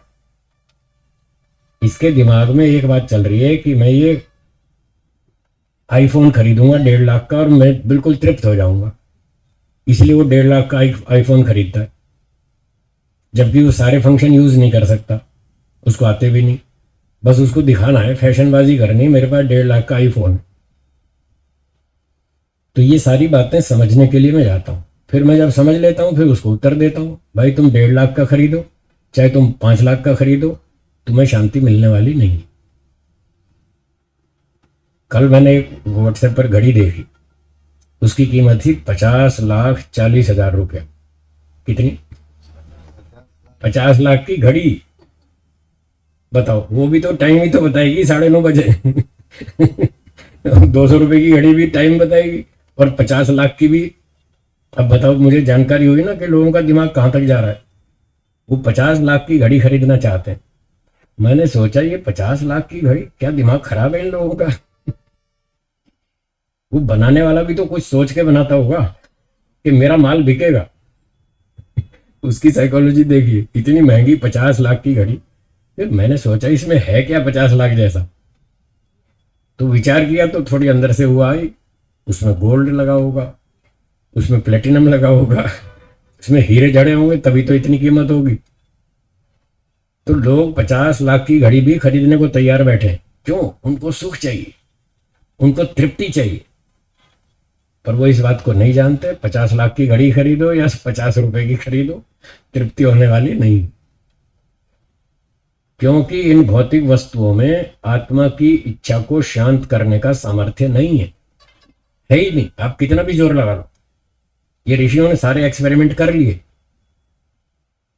भोग भोग कर परीक्षण कर लिया, देख लिया इसमें तृप्ति नहीं है, और उन्होंने लिख दिया। क्या लिख दिया? विषय सुखम च अविद्या इति उक्तम। बोलिए। ये महर्षि वेदव्यास जी का वचन है। योग दर्शन 2 चैप्टर 15वां सूत्र उसके भाष्य में लिखा है, पढ़ लीजिएगा, पता नोट कर लीजिए, घर जाके देखिएगा। 2 चैप्टर योग दर्शन सूत्र 15, वही परिणाम ताप वाला, उसके भाष्य में ये पंक्ति लिखी है व्यास जी ने, विषय सुखम च अविद्या इति उक्तम। आप विषयों में सुख मान रहे हो, ये अविद्या है। आप 5 लाख की घड़ी खरीदो, 50 लाख की खरीदो, सब अविद्या है, कोई तृप्ति नहीं होने वाली। उन्होंने सब करके देख लिया, मैंने भी करके देख लिया, मैंने भी बहुत सारे एक्सपेरिमेंट किए, खूब पेट भर के खीर खाई, जम के हलवा खाया, और मैंने कहा परीक्षण करता हूं इससे इच्छा शांत होती है कि नहीं होती। मैंने भी खूब परीक्षण किए, आप भी कर लेना आपको भी समझ में आ जाएगा। तो मुझे समझ में आ गया कि कितना भी खीर खाओ, कितना भी हलवा खाओ, जी भर के खाओ, आपकी इच्छा शांत होने वाली नहीं। फिर जब 1 बार 2 बार 5 बार 10 बार 20 बार परीक्षण कर लिया, जब रिजल्ट आ गया कि इससे इच्छा शांत नहीं होती, तो फिर बार बार उसके पीछे भागना क्या समझदारी है? क्यों प्रफुल्ल जी? बार बार उस चीज के पीछे भागना क्या समझदारी है? इसलिए महर्षि व्यास जी कह रहे हैं विषय सुखम च अविद्या। फिर आप बार बार वहीं भाग रहे, ये अविद्या है। अपनी अविद्या को समझो, उसको दूर करो। आप 1 बार नहीं 10 करोड़ बार एक्सपेरिमेंट कर लें, तब भी यही रिजल्ट आएगा। उसमें आपको शांति नहीं मिलेगी, सुख शांति तृप्ति नहीं मिलेगी, थोड़ी देर अच्छा लगेगा बस। विदेश के एक व्यक्ति ने, बड़ा सेठ था, पढ़ा लिखा था, उसने सुसाइड कर लिया। मरने से पहले सुसाइड नोट लिखा कि मैं क्यों मर रहा हूं, क्यों सुसाइड कर रहा हूं। उसने लिखा, मैंने स्कूल गया, कॉलेज गया, यूनिवर्सिटी गया, खूब पढ़ाई की, अच्छी अच्छी ऊंची डिग्रियां ली, बहुत पैसे कमाए, खाया पिया भोगा, 5 इंद्रियों के सुख भोग लिए, किसी में भी शांति नहीं मिली। मुझे शांति चाहिए, और मैंने सारे एक्सपेरिमेंट कर लिए, सारे प्रयोग कर लिए, कहीं भी शांति नहीं मिली। अब मैं क्यों जीऊं बताओ? कोई काम बचा ही नहीं जिसके लिए मैं जीऊं। जितने प्रयोग करने थे सारे कर लिए, पैसे भी कमा लिए, विद्या भी पढ़ ली और भोग भी लिया, सब कुछ कर लिया, अब कोई काम बचा ही नहीं, तो मैं क्यों जीऊं? इसलिए मैं मर रहा हूं। ये रीजन लिखकर उसने सुसाइड कर लिया। तो जो लोग भोगवादी हैं, भोगों के पीछे पड़े हैं, भौतिकवादी हैं, उनका अंतिम रिजल्ट ये होगा, या तो वो सुसाइड करेंगे या वो आतंकवादी बनेंगे, या तो खुद मरेंगे या दूसरे को मारेंगे। भागो संसार के पीछे, ये रिजल्ट आएगा। आज देख लो पूरी दुनिया में आतंकवाद फैला हुआ है, घर घर में लड़ाई झगड़ा है। क्यों? पैसे के लिए, जमीन के लिए, संपत्ति के लिए, इन 5 इंद्रियों के भोगों के लिए। व्यास जी कह रहे हैं ये अविद्या है, ये सारी दुनिया अविद्या में पड़ी है। इसलिए वो चीज आज के वैज्ञानिक भी नहीं समझ पा रहे कि हम ऐसी ऐसी आइटम बनाएंगे, आईफोन बनाएंगे, आईपैड बनाएंगे, आईपॉड बनाएंगे, पता नहीं रोज नई नई चीजें बनाते रहते हैं। कभी कुछ बनाते हैं, कभी कुछ बनाते हैं, फिर भी अंतिम रिजल्ट तो कुछ नहीं है, शांति तो नहीं मिलेगी। इस बात को वो नहीं जानते, इस बात को ऋषि लोग जानते। इसलिए उन्होंने कहा विषय सुखम च अविद्या, विषयों में पूर्ण सुख मानना अविद्या है। इसका अर्थ फिर सुनिए, विषयों में पूर्ण सुख मानना अविद्या है। क्षणिक सुख तो है, वो तो स्वीकार है। इतना भी नहीं होता तो लोग रेस्टोरेंट में लाइन लगा के नहीं बैठते संडे को शाम को। संडे शाम को देखो लाइन लगती है ना, ऐसे लाइन में बैठते हैं जैसे मंदिर के बाहर भिखारी बैठते तो वहाँ थोड़ा सुख तो है ना, तभी तो लाइन लगा के बैठे, कब नंबर आएगा, वेटिंग में बैठे रहते। तो थोड़ा सुख है, पूरा नहीं है।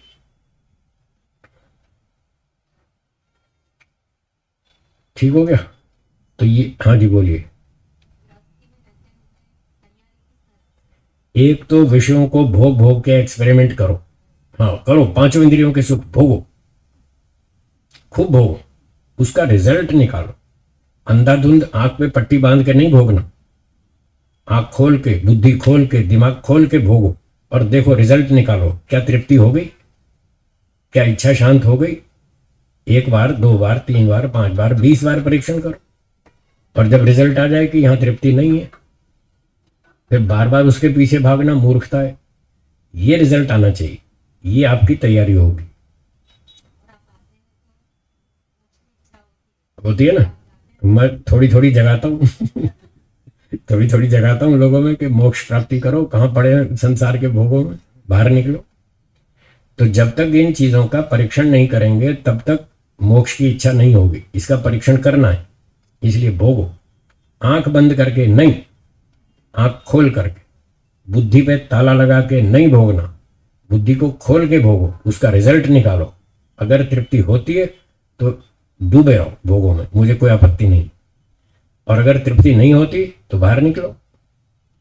हाँ जी बोलिए।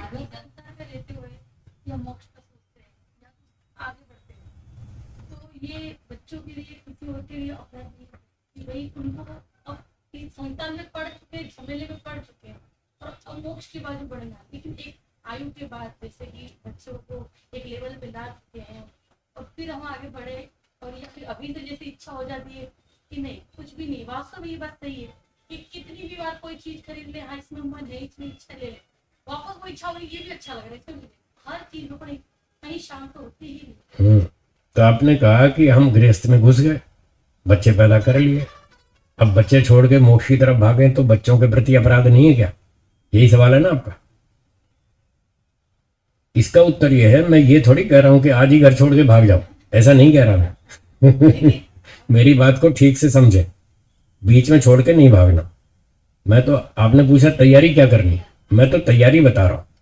आज से तैयारी शुरू करेंगे, 15 साल लग जाएंगे घर छोड़ने में, मजाक नहीं है घर छोड़ना।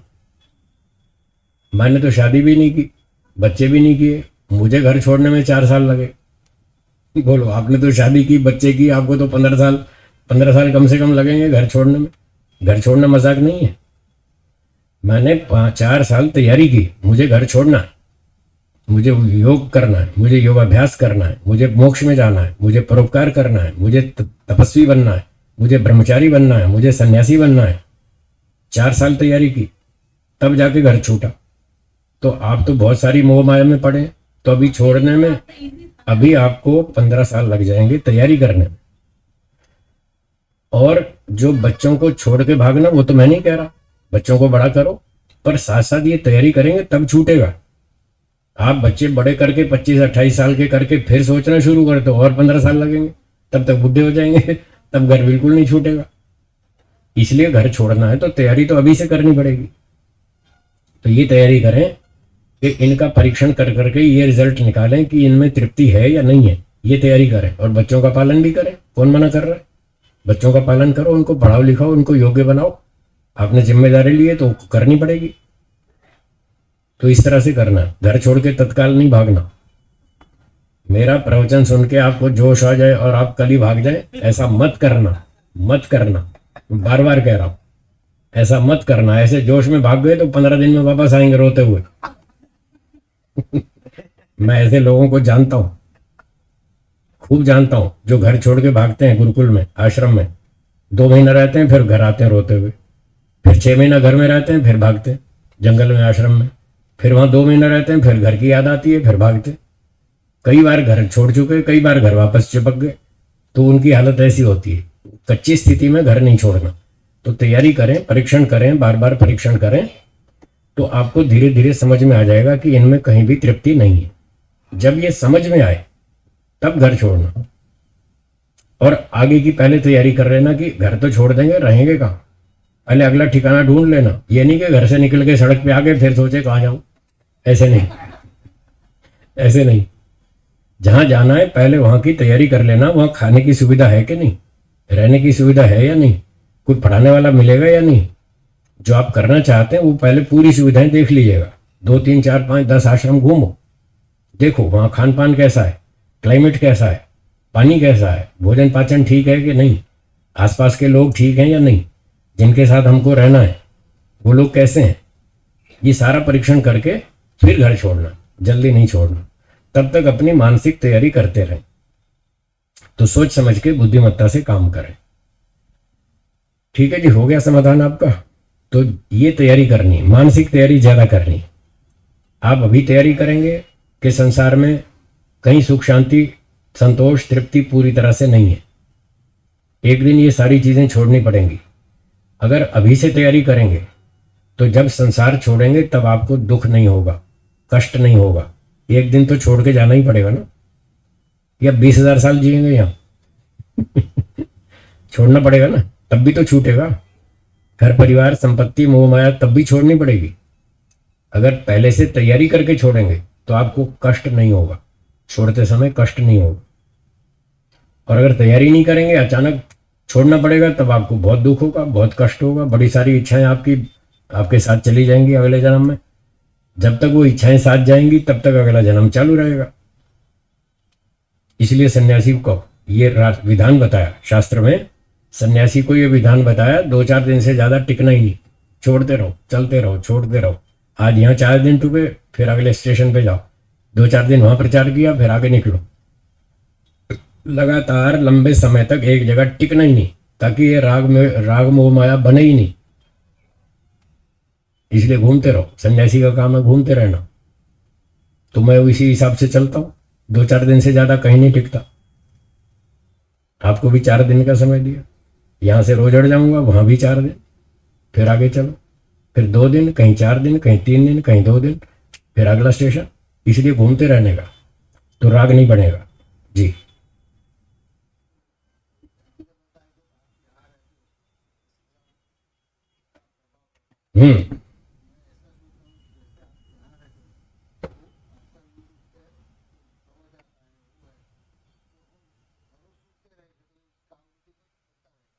बढ़ता रहेगा, ठीक बात। हाँ, आपने ठीक बताया कि जैसे आपने कहा ना 2-4 दिन में आता हूँ, तो आपको थोड़ा जोश आता है, थोड़ा उत्साह बढ़ता है, थोड़ा विचार बनता है कि हाँ मोक्ष में जाना चाहिए। और 2-4 दिन बाद फिर मैं चला जाता हूँ, फिर आपका विचार ठंडा पड़ जाता है। तो जीतू भाई बता रहे हैं कि उसको बनाए रखने के लिए यूट्यूब से लाभ उठाए। रोज यूट्यूब पे हमारे लेक्चर प्रवचन बहुत सारे हैं, उसका लाभ उठाए, तो आपको रोज बैटरी चार्ज होती रहेगी। तो धीरे धीरे आपकी तैयारी हो जाएगी, फिर आप भी छोड़ पाएंगे।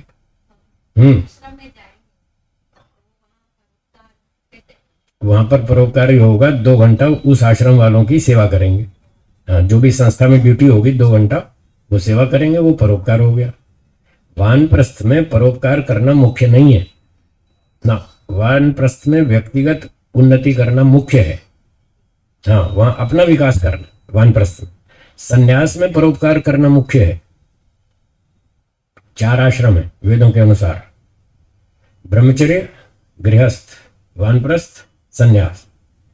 तो चारों आश्रमों की व्यवस्था ऐसी बताइए कि ब्रह्मचारी अपना व्यक्तिगत विकास मुख्य रूप से करेगा, सामाजिक कार्य गौण, अपने लिए 10 घंटे, समाज के लिए 2 घंटे, ऐसे। वो व्यक्तिगत विकास का आश्रम है, अपनी योग्यता बढ़ाओ।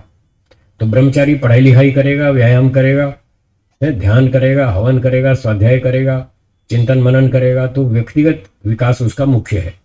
और 2 घंटा गुरु जी का जब आदेश होगा, कोई बागवानी करनी है, कोई सेवा करनी है, भोजन लाना है, बर्तन धोने, कपड़े धोने, 2-4 काम वो भी कर देगा। तो 2 घंटा सेवा करेगा, 8-10 घंटे अपने लिए। गृहस्थ आश्रम, गृहस्थ में अपना व्यक्तिगत कार्य थोड़ा ढीला हो जाएगा और परिवार का मुख्य हो जाएगा। कोई पत्नी है, बच्चे हैं, फिर समाज है, सोसाइटी है, देश है, उस पर ध्यान देना पड़ेगा, समाज भी तो चलाना है ना। तो गृहस्थ व्यक्ति को व्यक्तिगत विकास कम करना है थोड़ा, और समाज के लिए, परिवार के लिए कुछ अधिक समय शक्ति लगानी। फिर वानप्रस्थ आया तीसरा। वानप्रस्थ में फिर व्यक्तिगत विकास मुख्य है। आश्रम में जाके 10 घंटे 8 घंटे अपने विकास के लिए समय लगाएं, शास्त्र पढ़ेंगे, हवन करेंगे, ध्यान करेंगे, वैराग्य बढ़ाएंगे, चिंतन मनन करेंगे, तो व्यक्तिगत योग्यता बढ़ाएंगे, वैराग्य को ऊंचा उठाएंगे और विद्या प्राप्त करेंगे। और 2 घंटा समाज सेवा भी कर देंगे। कोई आपको ड्यूटी लगा दे, भाई यहाँ ऑफिस में बैठो, तो जो अतिथि आए जरा उसको अटेंड करो, उसको रास्ता बताओ, ये करना है, ये करना। तो जो भी आपकी योग्यता है, क्षमता है, उस हिसाब से 1-2 घंटा समाज सेवा करो, बाकी अपना व्यक्तिगत विकास मुख्य है। जब आपका व्यक्तिगत विकास हो जाए, वैराग्य ऊंचा हो जाए, विद्या भी पर्याप्त हो गई, शास्त्र भी पढ़ लिए, वैराग्य भी हो गया, फिर संन्यास लो। और अब सन्यासी बनकर योग्यता जो बनाई उसको फिर देश भर में बांटो। फिर प्रचार में जाओ, घर घर जाओ, नगर नगर जाओ, लोगों को बताओ, समझाओ, उनकी समस्याएं सुलझाओ, उनको रास्ता बताओ। फिर समाज का मुख्य हो जाएगा, अपना फिर थोड़ा ढीला हो जाएगा। तो ये 4 आश्रम की व्यवस्था है। वानप्रस्थ में अपनी तैयारी मुख्य है। ठीक है, हाँ जी बोलिए। व्यक्तिगत विकास मुख्य है।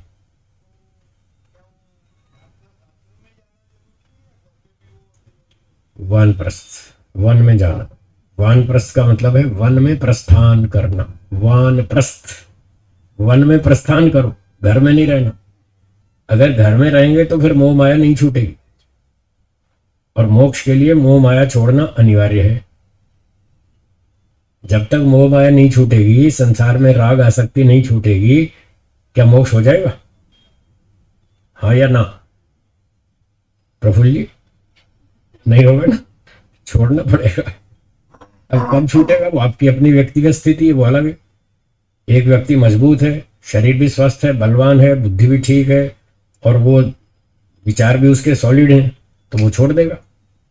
और एक व्यक्ति में इतनी योग्यता क्षमता नहीं है, शरीर कमजोर है, कोई रोग है, कोई परेशानी है, घर की जरूरत है, सेवाओं की जरूरत है, परेशान है, रोगी है, कमजोर है, तपस्या नहीं कर सकता जंगल में, तो कोई बात नहीं, रहो घर में। पर मन में ये विचार बनाओ कि घर छोड़ना है, आज नहीं छोड़ूंगा, अगले जन्म में छोड़ूंगा। इस बार मजबूरी है, नहीं छोड़ पा रहा, पर ये कमी है, ये मेरी कमी है, मैं नहीं छोड़ पा रहा। कम से कम सच बोलो, झूठ मत बोलो। ये मत कहो कि घर में बैठे बैठे मोक्ष हो जाएगा, ये झूठ है। कितने ही वक्ता मंच पर बैठ के बोलते हैं गृहस्थी का मोक्ष होता है, वो झूठ बोलते। अगर गृहस्थी का मोक्ष हो जाता तो फिर ईश्वर ने बाकी 2 आश्रम क्यों बताए? वानप्रस्थ और संन्यास का विधान ही क्यों किया? घर में रह के मोक्ष हो जाता तो 2 ही आश्रम बनाता, ब्रह्मचारी बनो, गृहस्थी बनो और मोक्ष में जाओ। फिर 2 आश्रम फालतू के क्यों बताए? ईश्वर तो गलती करता नहीं। अगर ईश्वर का विचार है 4 आश्रम जरूरी है, मनुष्य का विचार है 2 आश्रम चाहिए, तो किसका ठीक और किसका गलत? ईश्वर का ठीक है। इसलिए झूठ मत बोलो कि गृहस्थी का मोक्ष होता है, बिल्कुल नहीं होता, हो ही नहीं सकता। 5वें समोल्लास पढ़िए सत्याप्रकाश का, प्रमाण भी दे रहा हूं। 5वें समोल्लास में लिखा है मोक्ष केवल सन्यासी का होता है, साफ लिखा है। अति उग्र तपश्चरण करने वाले सन्यासियों का ही भी लिखा है। हाँ, ही लिख दिया तो बाकी सबके दरवाजे बंद हो गए। अति उग्र तपश्चरण करने वाले सन्यासियों का ही मोक्ष होता है, अन्यों का नहीं। ये भी लिखा है, अन्यों का नहीं होता, साफ ब्रेक लगा रखी। तो वो लिखने वाला पागल थोड़ी है, वो समझदार है, बहुत बुद्धिमान, समाधि प्राप्त है, ऊंचा ऋषि है, वेदों को जानता है, ईश्वर से बात करता है, उससे पूछ के लिखा है उसने। तो उसकी बात में बहुत ताकत है, बहुत दम है। और हमारा विचार उसके विरुद्ध है, तो हमारे में कमी, हमारी समझ की कमी। तो अपनी समझ को ठीक करें, भ्रांति ना फैलाएं, झूठ ना बोलें, सत्य बोलें कि हाँ सन्यासी का ही मोक्ष होता है। मुझ में अभी शक्ति कम है, मैं अपनी शक्ति बढ़ाऊंगा, मैं भी सन्यासी बनूंगा। आज नहीं बनूंगा, अगले जन्म में बनूंगा, 4 जन्म बाद बनूंगा, पर बनूंगा जरूर, क्योंकि मोक्ष के लिए दूसरा कोई उपाय नहीं है, न अन्य पंथा। ठीक है जी, है? सोचते रहो, हाँ सोचते रहो। इस जन्म में नहीं हुआ तो अगले में करूंगा। इससे आपके संस्कार बनेंगे, ये संस्कार बनेंगे कि मोक्ष में जाना अनिवार्य है और उसके लिए संन्यास कंपलसरी है। ये संस्कार बनेंगे और ये संस्कार आपके अगले जन्म में साथ जाएंगे और आपको मोक्ष की तरफ आगे बढ़ाएंगे। अब यहाँ देखो हमारी क्लास चल रही है, थोड़े से लोग आके बैठे, बाकी अपना कोई नाश्ता कर रहा है, कोई पार्टी में जा रहा है, कोई ऑफिस जा रहा है, कोई दुकान पे पैसे कमा रहा है। वो क्यों नहीं आए यहाँ? उनके संस्कार कम है, आपके संस्कार उन लोगों से ज्यादा है, इसलिए आप 4 काम छोड़ के यहाँ बैठे। चालू दिन है, वर्किंग डे है, आज मंगलवार है। वर्किंग डे में काम छोड़ के घर के भी और ऑफिस के भी आप यहाँ पर बैठे। इससे पता चलता है आपके अंदर कुछ संस्कार है, आप कुछ विद्या को कुछ समझते हैं, कुछ मूल्य जानते हैं, इसलिए 4 काम छोड़ के यहाँ बैठे। तो ऐसी बात है, तो वो संस्कार साथ आएंगे तभी हम धीरे धीरे प्रगति करेंगे। कोई सीधा आसमान में नहीं चढ़ जाता, सूर्योदय होता है, क्या एक झटके में ऊपर आ जाता है? टाइम लगता है ना, धीरे धीरे ऊपर आता है। तो ऐसे कोई एक झटके में सन्यासी नहीं बनता, कोई एक झटके में विद्वान नहीं बनता। वो कितने ही जन्मों तक तपस्या करता है, कितने ही जन्मों तक वो मेहनत करता है, उसके संस्कार बनते रहते हैं, वो संस्कार उसको हर जन्म में सपोर्ट करते हैं, तब जाके वो इतने ऊंचे लेवल पर आता है।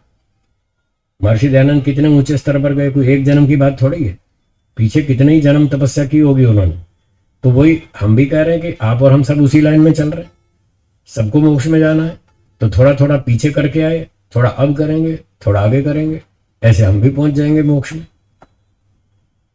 ठीक हो गया? तो ये मानसिक तैयारी करनी है कि हमें मोक्ष में जाना है, मोक्ष में जाना है, सबको जाना है, कुत्ते गधे को भी जाना है, उल्लू को भी जाना है। हमारे पास तो बहुत ज्यादा बुद्धि है, फिर हम क्यों नहीं जाएंगे? सबको जाना है, मोक्ष के बिना कहीं छुटकारा नहीं है। कल बात चल रही थी दुख से निवृत्ति के लिए प्रयत्न स्वाभाविक है, प्रयत्न गुण स्वाभाविक भी है और नैमित्तिक भी है, दोनों बताए थे। तो दुख से हमें द्वेष है, वो स्वाभाविक है, तो दुख से निवृत्ति का प्रयत्न भी स्वाभाविक है। तो दुख से निवृत्ति तो मोक्ष में होगी, तो मोक्ष के लिए प्रयत्न स्वाभाविक है। जब तक मोक्ष नहीं मिलेगा तब तक आप मेहनत करते ही रहेंगे, करते ही रहेंगे। ठीक है, आगे चलें। चलिए कहां तक पहुंच गए? तदर्थ एवं दृश्यस्य आत्मा, ये जो संसार है इसका स्वरूप जीवात्मा के लिए है। तो जीवात्मा अपने पिछले कर्मों का फल भोग ले और आगे मोक्ष के लिए तैयारी करे, इसलिए जगत बनाया। अब एक व्यक्ति ने तैयारी शुरू की, 1 जन्म बीत गया, 2 जन्म बीत गया, 50 जन्म बीत गए, 200 जन्म बीत गए, वो तैयारी कर रहा है। धीरे धीरे धीरे उसकी योग्यता बन गई, उसको समझ में आ गया ये सब संसार कचरा पेटी है। 2-4 वाक्य तो रट लीजिए अगर आपको मोक्ष में जाना है, अगर वैराग्य उत्पन्न करना है, 2-4 वाक्य तो रट लीजिए, ये संसार कचरा पेटी है।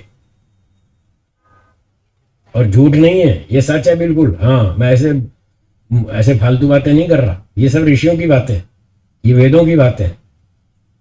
शब्द मेरे हैं, वो शब्द वेदों के आधार पर, ऋषियों के आधार पर चुन चुन के मैंने ऐसे बढ़िया सेलेक्ट कर रखे हैं जो आपको फटाफट ऊपर उठाएंगे, वैराग्य उत्पन्न करेंगे।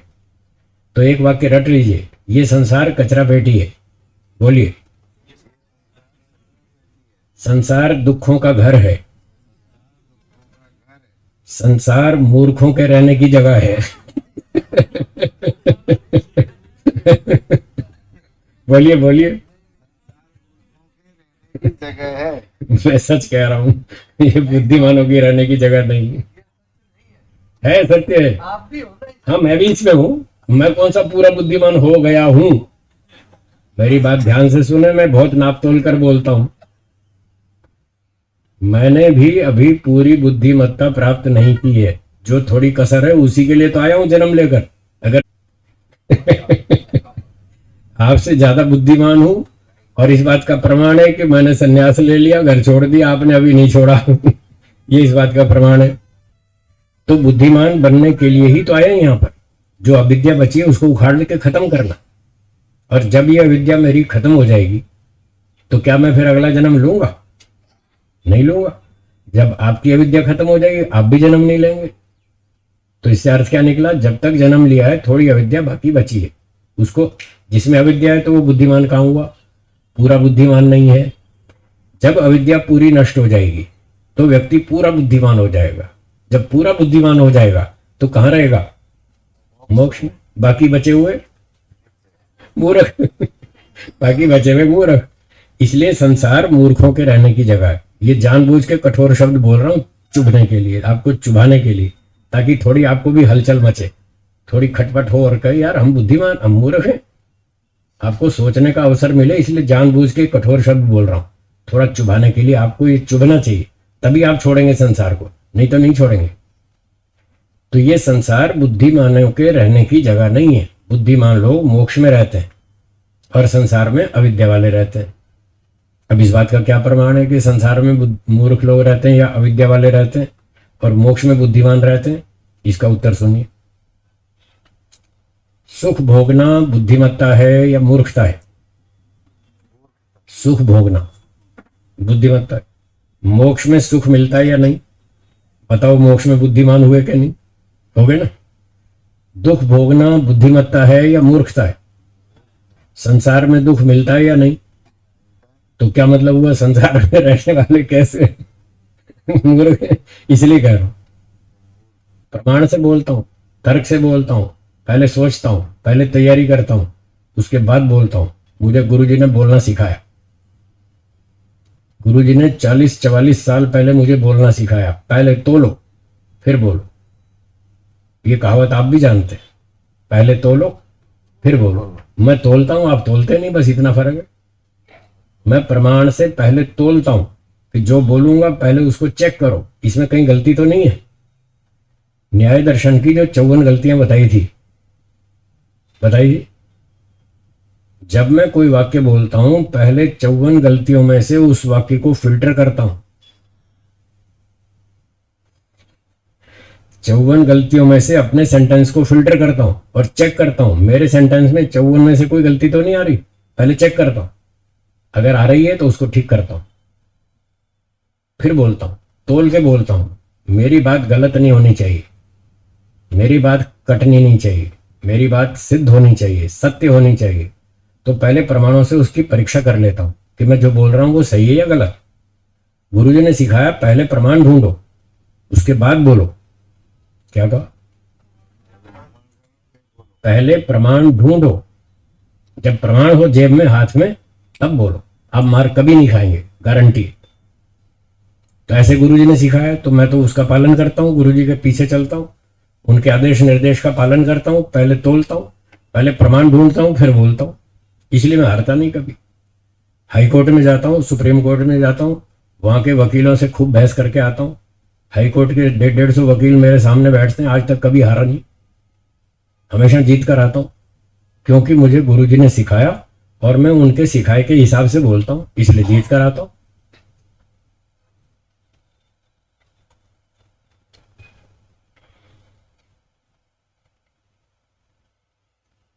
हाँ जी, ठीक हो गया। तो अब बात ये चल रही है, जिस व्यक्ति की अविद्या दूर हो गई, उसने पूरी अविद्या समाधि लगा करके रगड़ मारी, खत्म कर दी, नष्ट कर दी, अब उसका मोक्ष हो जाएगा।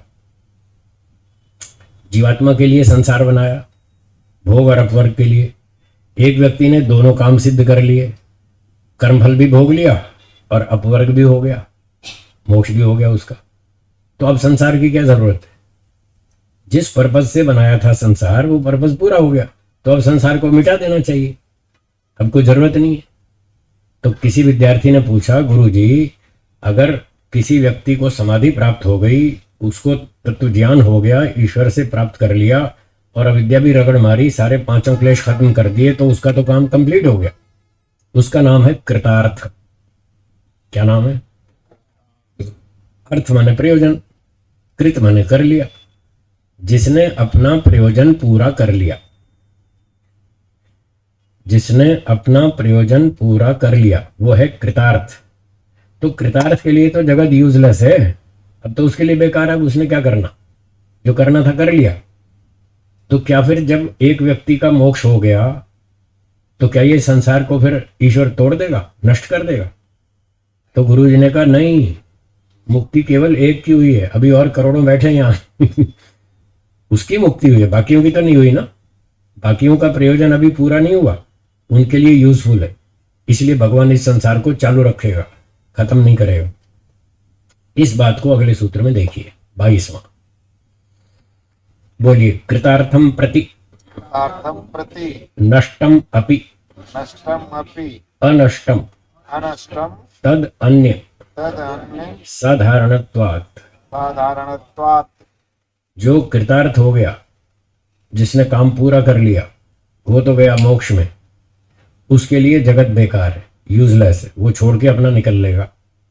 उसके 3 शरीर परमात्मा तोड़ फोड़ के खत्म कर देगा और आत्मा को शरीरों से, बंधन से मुक्त कर देगा। जाओ मोक्ष में, तुम्हारा काम पूरा हो गया। तो कृतार्थ के प्रति ये जगत नष्टम, बेकार, खत्म, यूजलेस, वो तो चला गया। लेकिन अनष्टम, बाकियों के लिए अभी नष्ट नहीं करना है, उनके लिए चालू रखना है। तद अन्य साधारणत्वात्, उस मुक्त आत्मा से भिन्न जो आत्माएं हैं अभी संसार में बैठी हैं, जिनमें अविद्या बची हुई है, उनके लिए तो काम की चीज है ना। उनको तो अभी संसार में सुख दिख रहा है, वो तो अभी डॉक्टर बनेंगे, इंजीनियर बनेंगे, पायलट बनेंगे, वकील बनेंगे, पैसे कमाएंगे, पार्टी में जाएंगे, डांस करेंगे, खाएंगे पिएंगे, मजा करेंगे। उनके लिए तो अभी एक्सपेरिमेंट करना बाकी है। तो गुरुजी ने यह समझाया कि वो लोग अभी, उनका काम अधूरा है, उनका काम बाकी है, वो सारे एक्सपेरिमेंट करेंगे, इसलिए उनके लिए ईश्वर संसार चलाता रहेगा, चालू रहेगा। करोड़ों में 1 आध 2 4 लोग जाएंगे मोक्ष में, बाकी संसार चलाते रहेंगे। तो लोग कहते हैं जी ये संसार, सारे मोक्ष में चले जाएंगे तो संसार कैसे चलेगा? नहीं, बंद होगा। ये सूत्र प्रमाण है। इक्का दुक्का जाएगा करोड़ों में, बाकियों के लिए चलता रहेगा। और फिर कई 100 साल बाद कोई इक्का दुक्का और तैयार हो जाएगा, फिर वो भी चला जाएगा। अगले 100 साल में 1 आध और चला जाएगा। पूरे सृष्टि काल में लाखों लोग मोक्ष में चले जाएंगे, पर बहुत सारे तो अभी बाकी हैं, उनके लिए संसार चालू रहेगा। और जो आज से 36,000 सृष्टि पहले, क्या बोला? आज से 36,000 सृष्टियां पहले जो मोक्ष में गया था, उसका टाइम पूरा हो जाएगा, वो वापस आ जाएगा। लालचंद जी, वो वापस आएगा कि नहीं आएगा ना? तो 2 4 जाएंगे, 2 4 वापस आएंगे, दुनिया चलती रहेगी, नो टेंशन ये खत्म नहीं होगी। 2 4 जाएंगे, 2 4 वापस भी तो आएंगे। अनंत काल के लिए मोक्ष नहीं है, जब टाइम पूरा हो जाएगा वापस आएंगे। तो इसलिए कुछ जाएंगे, कुछ आएंगे, संसार चलता रहेगा। बाजार कभी बंद थोड़ी होता है चालू रहता है।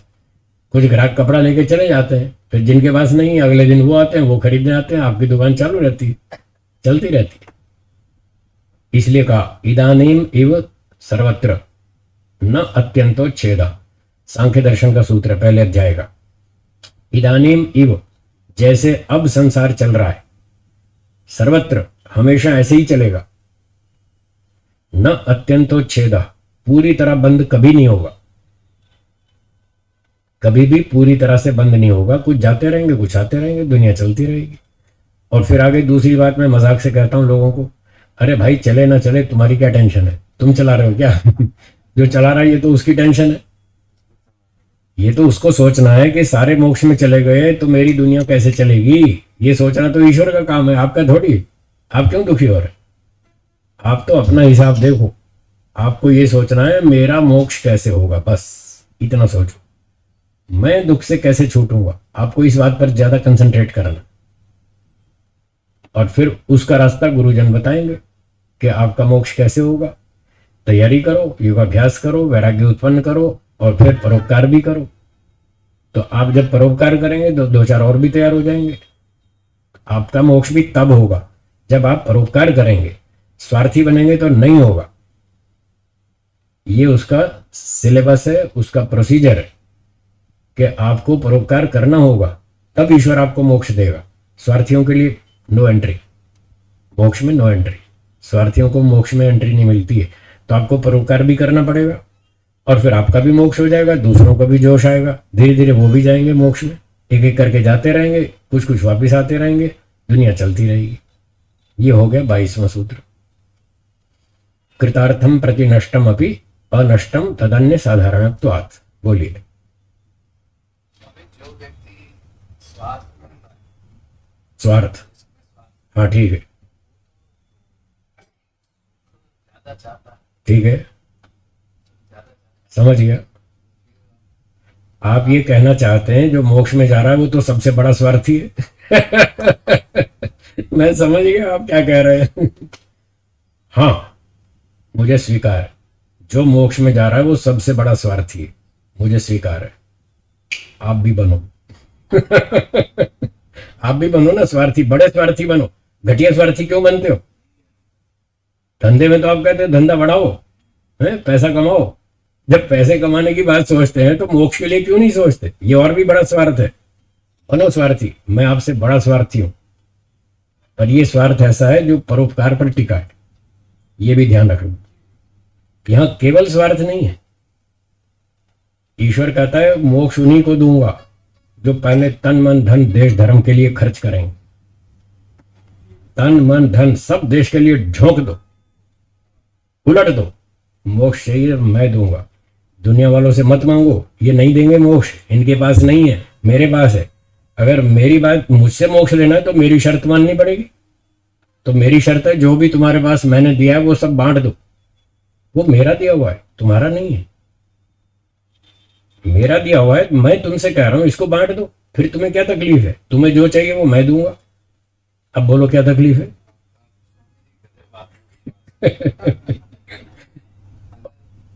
कोई लौकिक व्यक्ति ऐसा करे उसमें तो ये बनेगा कि पूरा दिवालिया हो जाए। ईश्वर कहता है दिवालिया बनो, तुम्हें जो चाहिए मैं दूंगा, मुझसे मांगो। मेरे पास भरे पड़े भंडारे। और ये दुनिया क्या देगी तुमको? 2 रोटी खिलाएगी और क्या देगी? किराया भाड़ा दे देगी और क्या दे देगी? इनके पास कोई नहीं मोक्ष वोक्ष, वो मेरे पास है। मुझसे लेना है तो मेरी शर्त माननी पड़ेगी। एक दृष्टांत सुना के समाप्त करता हूं। मान लो एक सेठ जी हैं और उनके यहाँ 100 मेहमान आ गए। कोई घर में फंक्शन है, अच्छे अच्छे वीआईपी लोग बुला लिए उन्होंने, नगर के 100 व्यक्ति, और सत्संग करना है, उसके बाद भोजन भी खिलाना है।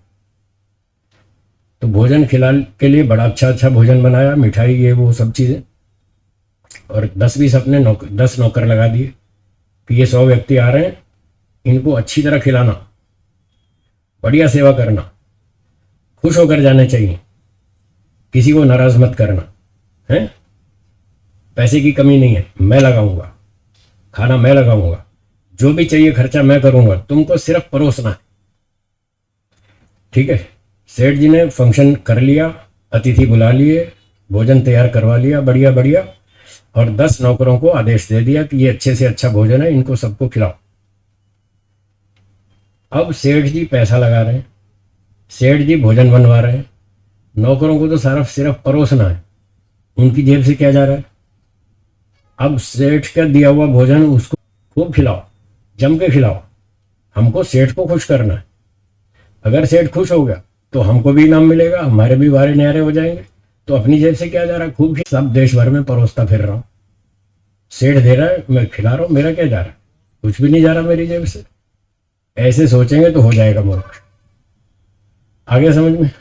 चलिए, समय पर पूरा हो गया, विराम देते हैं। बाकी चर्चा शाम को करेंगे। अगली सूचना लालचंद जी सुनाएंगे।